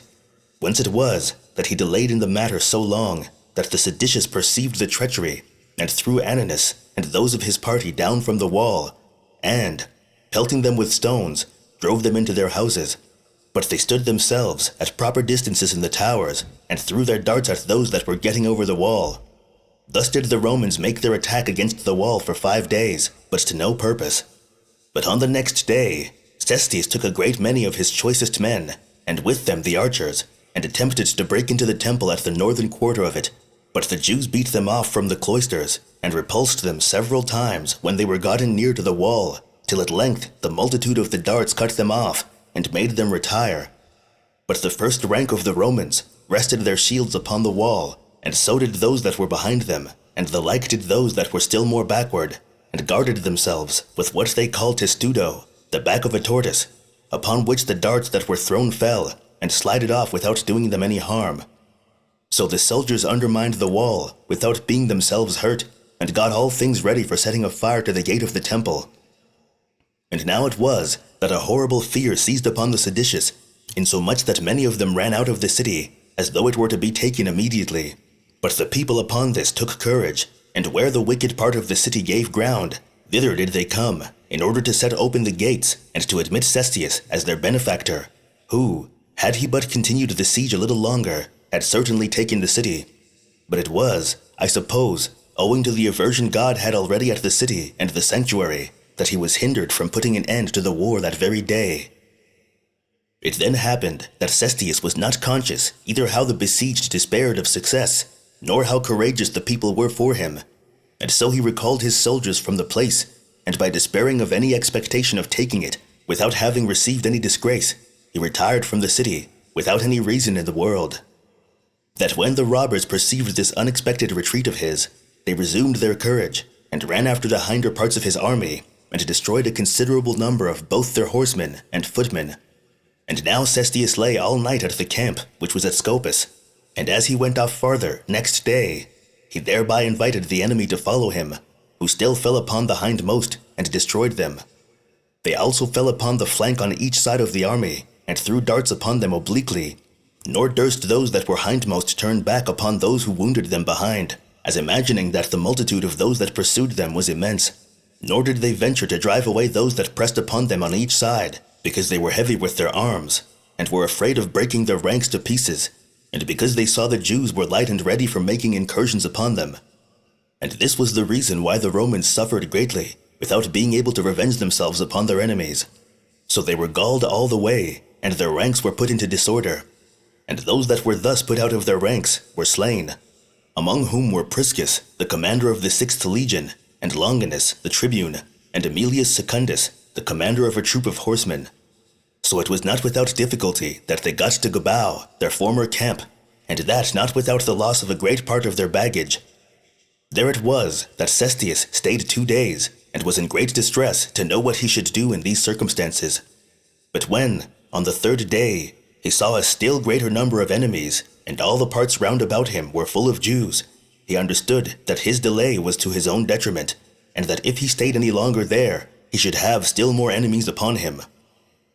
That therefore he might fly the faster, he gave orders to cast away what might hinder his army's march. So they killed the mules and the other creatures, excepting those that carried their darts and machines, which they retained for their own use, and this principally because they were afraid lest the Jews should seize upon them. He then made his army march on as far as Bethoron. Now the Jews did not so much press upon them while they were in large open places, but when they were penned up in their descent through narrow passages, then did some of them get before, and hindered them from getting out of them, and others of them thrust the hindermost down into the lower places, and the whole multitude extended themselves over against the neck of the passage, and covered the Roman army with their darts.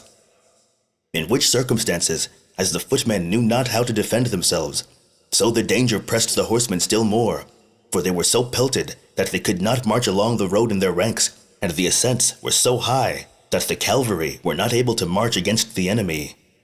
The precipices also, and valleys into which they frequently fell and tumbled down, were such on each side of them that there was neither a place for their flight, nor any contrivance could be thought of for their defense, till the distress they were at last in was so great that they betook themselves to lamentations and to such mournful cries as men use in the utmost despair. The joyful acclamations of the Jews also, as they encouraged one another, echoed the sounds back again, these last composing a noise of those that at once rejoiced and were in a rage. Indeed, these things were come to such a pass that the Jews had almost taken Cestius's entire army prisoners, had not the night come on, when the Romans fled to Bethoron, and the Jews seized upon all the places round about them, and watched for their coming out in the morning. And then it was that Cestius, despairing of obtaining room for a public march, contrived how he might best run away, and when he had selected 400 of the most courageous of his soldiers, he placed them at the strongest of their fortifications, and gave order that when they went up to the morning guard, they should erect their ensigns, that the Jews might be made to believe that the entire army was there still, while he himself took the rest of his forces with him, and marched without any noise 30 furlongs. But when the Jews perceived in the morning that the camp was empty, They ran upon those 400 who had deluded them, and immediately threw their darts at them and slew them, and then pursued after Cestius.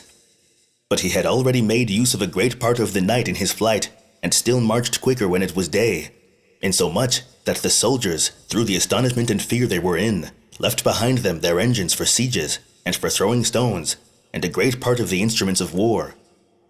So the Jews went on pursuing the Romans as far as Antipatris, after which, seeing they could not overtake them, they came back and took the engines, and spoiled the dead bodies, and gathered the prey together which the Romans had left behind them, and came back running and singing to their metropolis, while they had themselves lost a few only, but had slain of the Romans 5,300 footmen, and 380 horsemen. This defeat happened on the 8th day of the month Dias, Marisvan, in the 12th year of the reign of Nero. Chapter 20. Cestius sends ambassadors to Nero. The people of Damascus slay those Jews that lived with them. The people of Jerusalem, after they had left off pursuing Cestius, return to the city, and get things ready for its defense, and make a great many generals for their armies, and particularly Josephus, the writer of these books. Some account of his administration.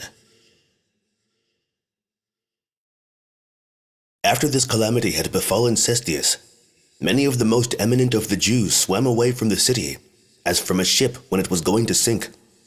Costobarus, therefore, and Saul, who were brethren, together with Philip, the son of Josephus, who was the commander of King Agrippa's forces, ran away from the city, and went to Cestius. But then how Antipas, who had been besieged with them in the king's palace, but would not fly away with them, was afterward slain by the seditious, we shall relate hereafter.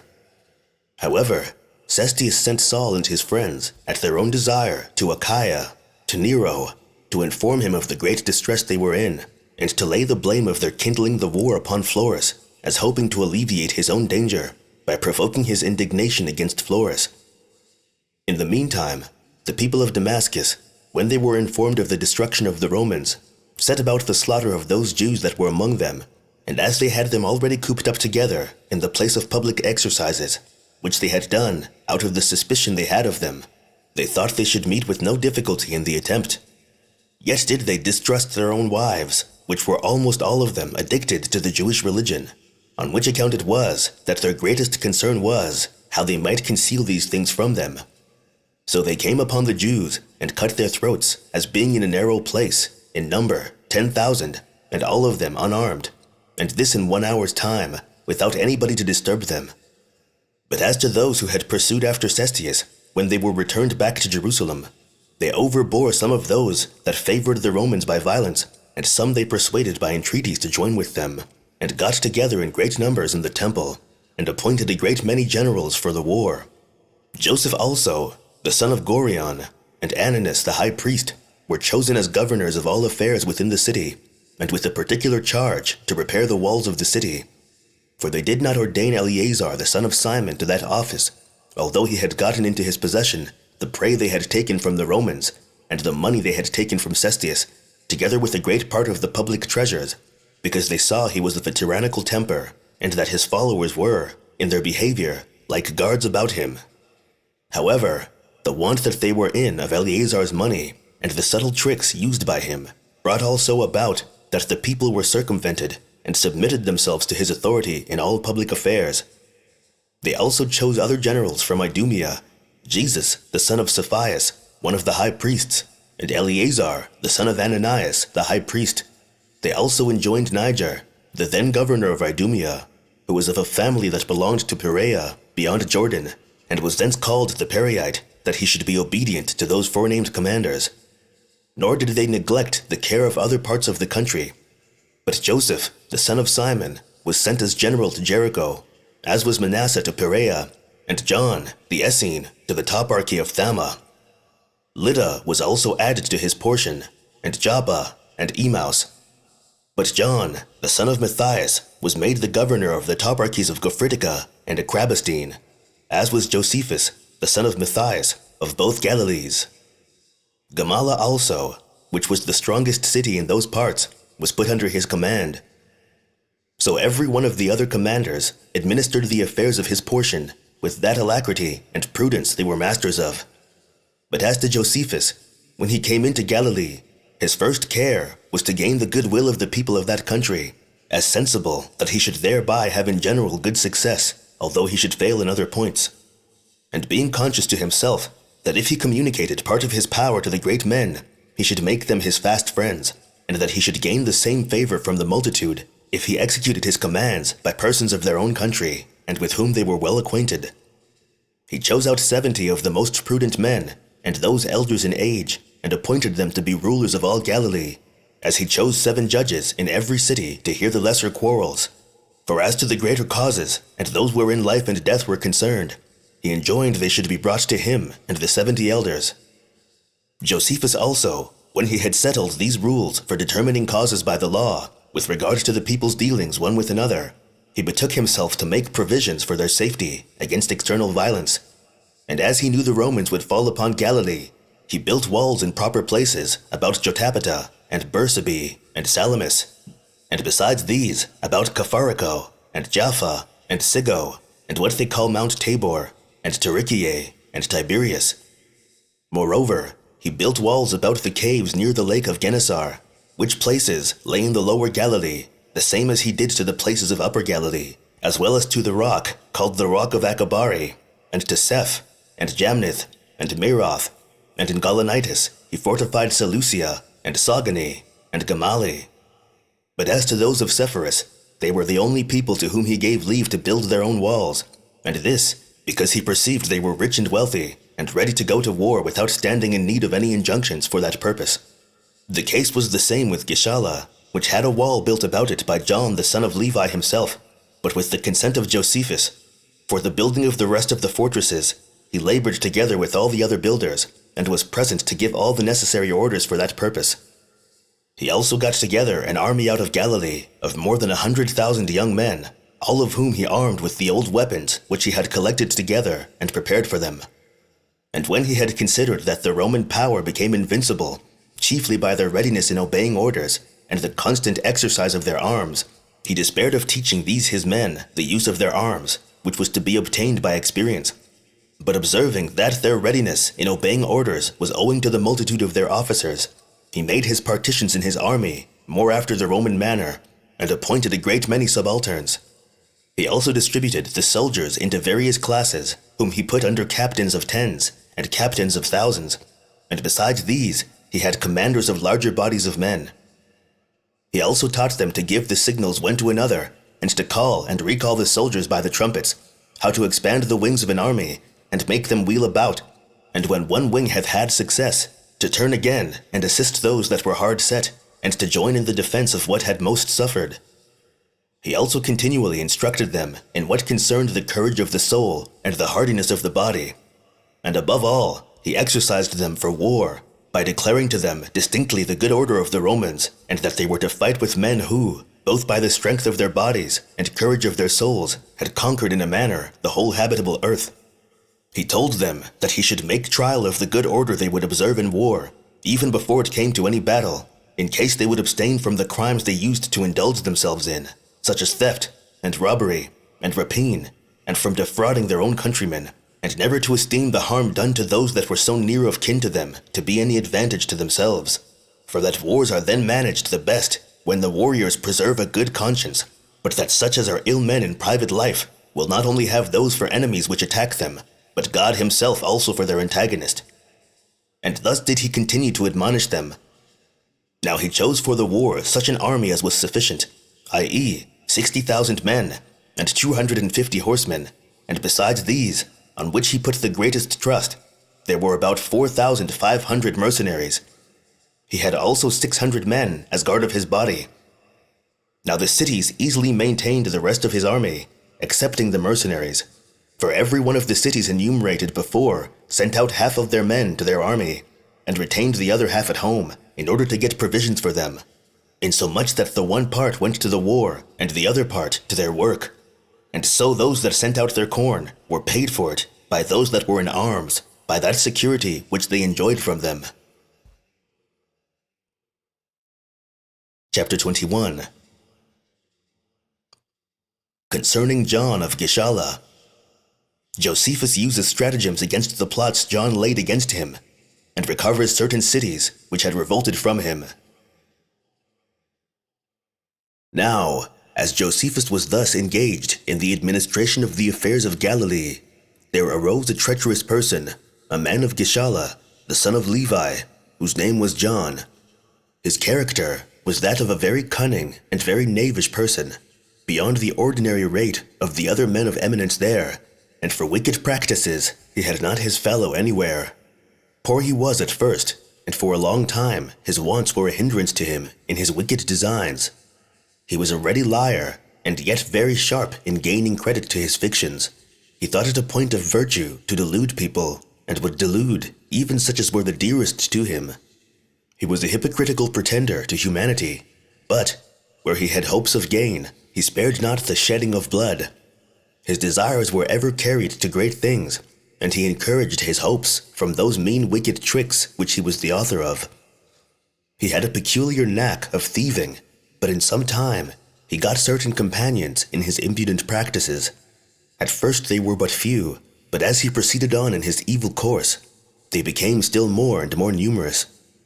He took care that none of his partners should be easily caught in their rogueries, but chose such out of the rest as had the strongest constitutions of body and the greatest courage of soul, together with great skill in martial affairs.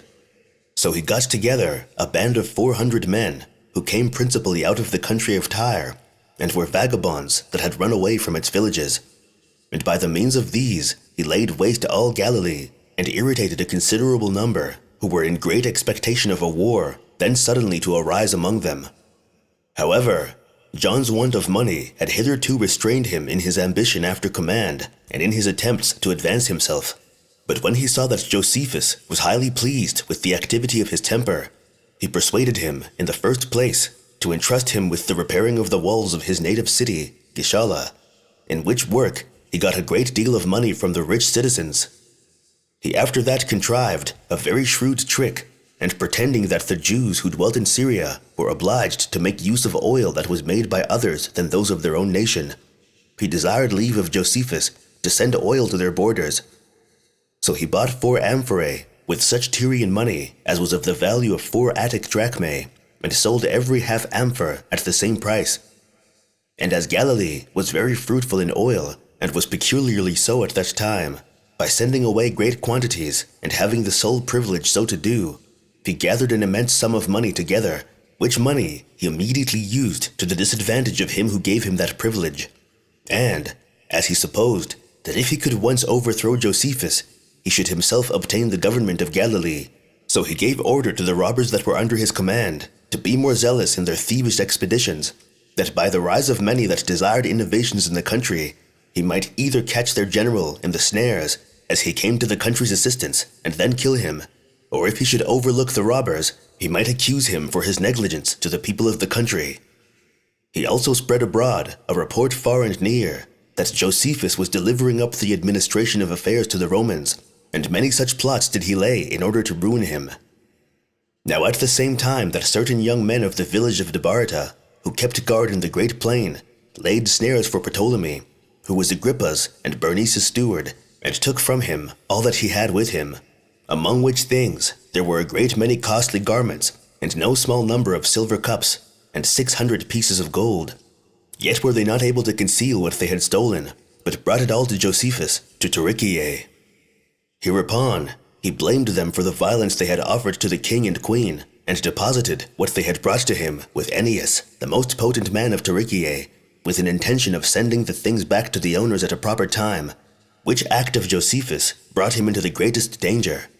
For those that had stolen the things had an indignation at him, both because they gained no share of it themselves, and because they perceived beforehand what was Josephus's intention, and that he would freely deliver up what had cost them so much pains to the king and queen. These ran away by night to their several villages, and declared to all men that Josephus was going to betray them. They also raised great disorders in all the neighboring cities, insomuch that in the morning 100 armed men came running together, which multitude was crowded together in the hippodrome at Taricheae, and made a very peevish clamor against him, while some cried out that they should depose the traitor, and others that they should burn him. Now John irritated a great many, as did also one Jesus, the son of Sulpius, who was then governor of Tiberias. Then it was that Josephus's friends and the guards of his body were so affrighted at this violent assault of the multitude, that they all fled away but four. And as he was asleep, they awakened him, as the people were going to set fire to the house. And although those four that remained with him persuaded him to run away, he was neither surprised at his being himself deserted, nor at the great multitude that came against him, but leaped out to them with his clothes rent, and ashes sprinkled on his head, with his hands behind him, and his sword hanging at his neck. At this sight his friends, especially those of Tarichae, commiserated his condition. But those that came out of the country, and those in the neighborhood, to whom his government seemed burdensome, reproached him, and bade him produce the money which belonged to them all immediately, and to confess the agreement he had made to betray them. For they imagined, from the habit in which he appeared, could deny nothing of what they suspected concerning him, and that it was in order to obtain pardon that he had put himself entirely into so pitiful a posture. But this humble appearance was only designed as preparatory to a stratagem of his, who thereby contrived to set those that were so angry at him at variance with one another about the things they were angry at. However, he promised he would confess all. Hereupon he was permitted to speak when he said, "I did neither intend to send this money back to Agrippa, nor to gain it myself, for I did never esteem one that was your enemy to be my friend, nor did I look upon what would tend to your disadvantage to be my advantage. O you people of Tarichae, I saw that your city stood in more need than others of fortification for your security, and that it wanted money in order for the building it a wall. I was also afraid lest the people of Tiberias and other cities should lay a plot to seize upon these spoils, and therefore it was that I intended to retain this money privately, that I might encompass you with a wall. But if this does not please you, I will produce what was brought me, and leave it to you to plunder it. But if I have conducted myself so well as to please you, you may, if you please, punish your benefactor." Hereupon, the people of Tarichae loudly commended him, but those of Tiberias with the rest of the company gave him hard names and threatened what they would do to him. So both sides left off quarreling with Josephus and fell to quarreling with one another. So he grew bold upon the dependence he had on his friends, which were the people of Tarichae, and about 40,000 in number, and spake more freely to the whole multitude, and reproached them greatly for their rashness, and told them that with this money he would build walls about Tarichae, and would put the other cities in a state of security also, for that they should not want money if they would but agree for whose benefit it was to be procured, and would not suffer themselves to be irritated against him who had procured it for them. Hereupon, the rest of the multitude that had been deluded retired, but yet so that they went away angry, and 2,000 of them made an assault upon him in their armor, and as he was already gone to his own house, they stood without and threatened him. On which occasion, Josephus again used a second stratagem to escape them. For he got upon the top of the house, and with his right hand desired them to be silent, and said to them, "I cannot tell what you have, nor can I hear what you say, for the confused noise you make." But he said he would comply with all their demands, in case they would but send some of their number into him, that might talk with him about it. And when the principal of them, with their leaders, heard this, they came into the house. Then he drew them to the most retired part of the house, and shut the door of that hall where he put them, and then had them whipped till every one of their inward parts appeared naked. In the meantime, the multitude stood around the house, and supposed that he had a long discourse with those that were gone in, about what they claimed of him. He had then the doors set open immediately, and sent the men out all bloody, which so terribly affrighted those that had before threatened him, that they threw away their arms and ran away. But as for John, his envy grew greater upon this escape of Josephus, and he framed a new plot against him. He pretended to be sick, and by a letter desired that Josephus would give him leave to use the hot baths that were at Tiberias for the recovery of his health. Hereupon, Josephus, who hitherto suspected nothing of John's plots against him, wrote to the governors of the city that they should provide a lodging and necessaries for John, which favors, when he made use of, in 2 days' time, he did what he came about. Some he corrupted with delusive frauds, and others with money, and so persuaded them to revolt from Josephus. This Silas, who was appointed guardian of the city by Josephus, wrote to him immediately and informed him of the plot against him, which epistle, when Josephus had received, he marched with great diligence all night, and came early in the morning to Tiberias, at which time the rest of the multitude met him. But John, who suspected that his coming was not to his advantage, sent however one of his friends, and pretended that he was sick, and that being confined to his bed, he could not come to pay his respects. But as soon as Josephus had got the people of Tiberias together in the stadium and tried to discourse with them about the letters he had received, John privately sent some armed men and gave him orders to slay him. But when the people saw that the armed men were about to draw their swords, they cried out, at which cry Josephus turned himself about, and when he saw that the swords were just at his throat, he marched away in great haste to the seashore, and left off that speech which he was going to make to the people upon an elevation of 6 cubits high. He then seized on a ship which lay in the haven, and leaped into it, with 2 of his guards, and fled away into the midst of the lake. But now the soldiers he had with him took up their arms immediately, and marched against the plotters. But Josephus was afraid lest a civil war should be raised by the envy of a few men, and bring the city to ruin. So he sent some of his party to tell them that they should do no more than provide for their own safety, that they should not kill anybody, nor accuse any for the occasion they had afforded of a disorder. Accordingly, these men obeyed his orders, and were quiet.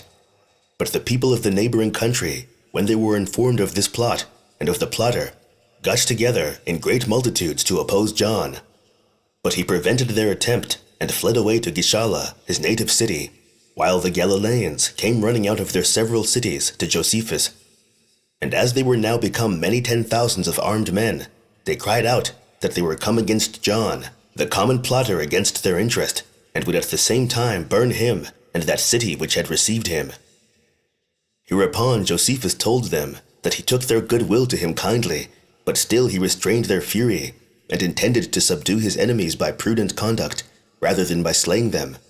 So he accepted those of every city which had joined in this revolt with John, by name, who had readily been shown him by those that came from every city, and caused public proclamation to be made, that he would seize upon the effects of those that did not forsake John within 5 days' time, and would burn both their houses and their families with fire. Whereupon 3,000 of John's party left him immediately, who came to Josephus and threw their arms down at his feet. John then betook himself, together with his 2,000 Syrian renegades, from open attempts to more secret ways of treachery. Accordingly, he privately sent messengers to Jerusalem to accuse Josephus as having too great power, and to let them know that he would come as a tyrant to their metropolis unless they prevented him. This accusation the people were aware of beforehand, but had no regard to it. However, some of the grandees, out of envy, and some of the rulers also, sent money to John privately, that he might be able to get together mercenary soldiers in order to fight Josephus. They also made a decree of themselves, and this for recalling him from his government. Yet did they not think that decree sufficient, so they sent withal 2,500 armed men, and 4 persons of the highest rank among them, Joazar, the son of Nemesius, and Ananias, the son of Sadok, as also Simon and Judas, the sons of Jonathan, all very able men in speaking, that these persons might withdraw the goodwill of the people from Josephus. These had it in charge, that if he would voluntarily come away, they should permit him to come and give an account of his conduct. But if he obstinately insisted upon continuing in his government, they should treat him as an enemy. Now, Josephus's friends had sent him word that an army was coming against, but they gave him no notice beforehand what the reason of their coming was, that being only known among some secret councils of his enemies. And by this means it was that 4 cities revolted from him immediately: Sepphoris, and Gamala, and Gischala, and Tiberias. Yet did he recover these cities without war, and when he had routed those 4 commanders by stratagems, and had taken the most potent of their warriors, he sent them to Jerusalem. And the people of Galilee had great indignation at them, and were in a zealous disposition to slay, not only these forces, but those that sent them also, had not these forces prevented it by running away. Now John was detained afterward within the walls of Gischala, by the fear he was in of Josephus. But within a few days Tiberias revolted again, the people within it inviting King Agrippa to return to the exercise of his authority there. And when he did not come at the time appointed, and when a few Roman horsemen appeared that day, they expelled Josephus out of the city. Now, this revolt of theirs was presently known at Taricheae, and as Josephus had sent out all the soldiers that were with him to gather corn, he knew not how either to march out alone against the revolters, or to stay where he was, because he was afraid the king's soldiers might prevent him if he tarried, and might get into the city. For he did not intend to do anything on the next day, because it was the Sabbath day, and would hinder his proceedings. So he contrived to circumvent the revolters by a stratagem, and in the first place, he ordered the gates of Taricheae to be shut, that nobody might go out and inform those of Tiberias for whom it was intended what stratagem he was about. He then got together all the ships that were upon the lake, which were found to be 230, and in each of them he put no more than 4 mariners. So he sailed to Tiberias with haste, and kept at such a distance from the city that it was not easy for the people to see the vessels, and ordered that the empty vessels should float up and down there, while he, who had but 7 of his guards with him, and those unarmed also, went so near as to be seen. But when his adversaries, who were still reproaching him, saw him from the walls, they were so astonished that they supposed all the ships were full of armed men, and threw down their arms, and by signals of intercession they besought him to spare the city. Upon this, Josephus threatened them terribly, and reproached them, that when they were the first that took up arms against the Romans, they should spend their force beforehand in civil dissensions, and do what their enemies desired above all things, and that besides, they should endeavor so hastily to seize upon him, who took care of their safety, and had not been ashamed to shut the gates of their city against him that built their walls, that, however, he would admit of any intercessors from them that might make some excuse for them, and with whom he would make such agreements as might be for the city's security. Hereupon, 10 of the most potent men of Tiberias came down to his presently, and when he had taken them into one of his vessels, he ordered them to be carried a great way off from the city. He then commanded that 50 others of their senate, such as were men of the greatest eminence, should come to him, that they also might give him some security on their behalf. After which, under one new pretense or another, he called forth others, one after another, to make the leagues between them. He then gave order to the masters of those vessels, which he had thus filled, to sail away immediately for Taricheae, and to confine those men in the prison there, till at length he took all their senate, consisting of 600 persons, and about 2,000 of the populace, and carried them away to Taricheae. And when the rest of the people cried out that it was one Clitus who was the chief author of this revolt, they desired him to spend his anger upon him only. But Josephus, whose intention it was to slay nobody, commanded one Levius, belonging to his guards, to go out of the vessel, in order to cut off both Clitus's hands. Yet was Levius afraid to go out by himself alone to such a large body of enemies, and refused to go. Now Clitus saw that Josephus was in a great passion in the ship, and ready to leap out of it, in order to execute the punishment himself. He begged therefore from the shore that he would leave him one of his hands, which Josephus agreed to, upon condition that he would himself cut off the other hand. Accordingly, he drew his sword, and with his right hand cut off his left, so great was the fear he was in of Josephus himself. And thus he took the people of Tiberias prisoners, and recovered the city again with empty ships, and 7 of his guard. Moreover, a few days afterward, he retook Gischala, which had revolted with the people of Sepphoris, and gave his soldiers leave to plunder it. Yet did he get all the plunder together, and restored it to the inhabitants, and the like he did to the inhabitants of Sepphoris and Tiberias, for when he had subdued those cities, he had a mind by letting them be plundered to give them some good instructions, while at the same time he regained their goodwill by restoring them their money again. Chapter 22. The Jews make all ready for the war, and Simon, the son of Gyrus, falls to plundering.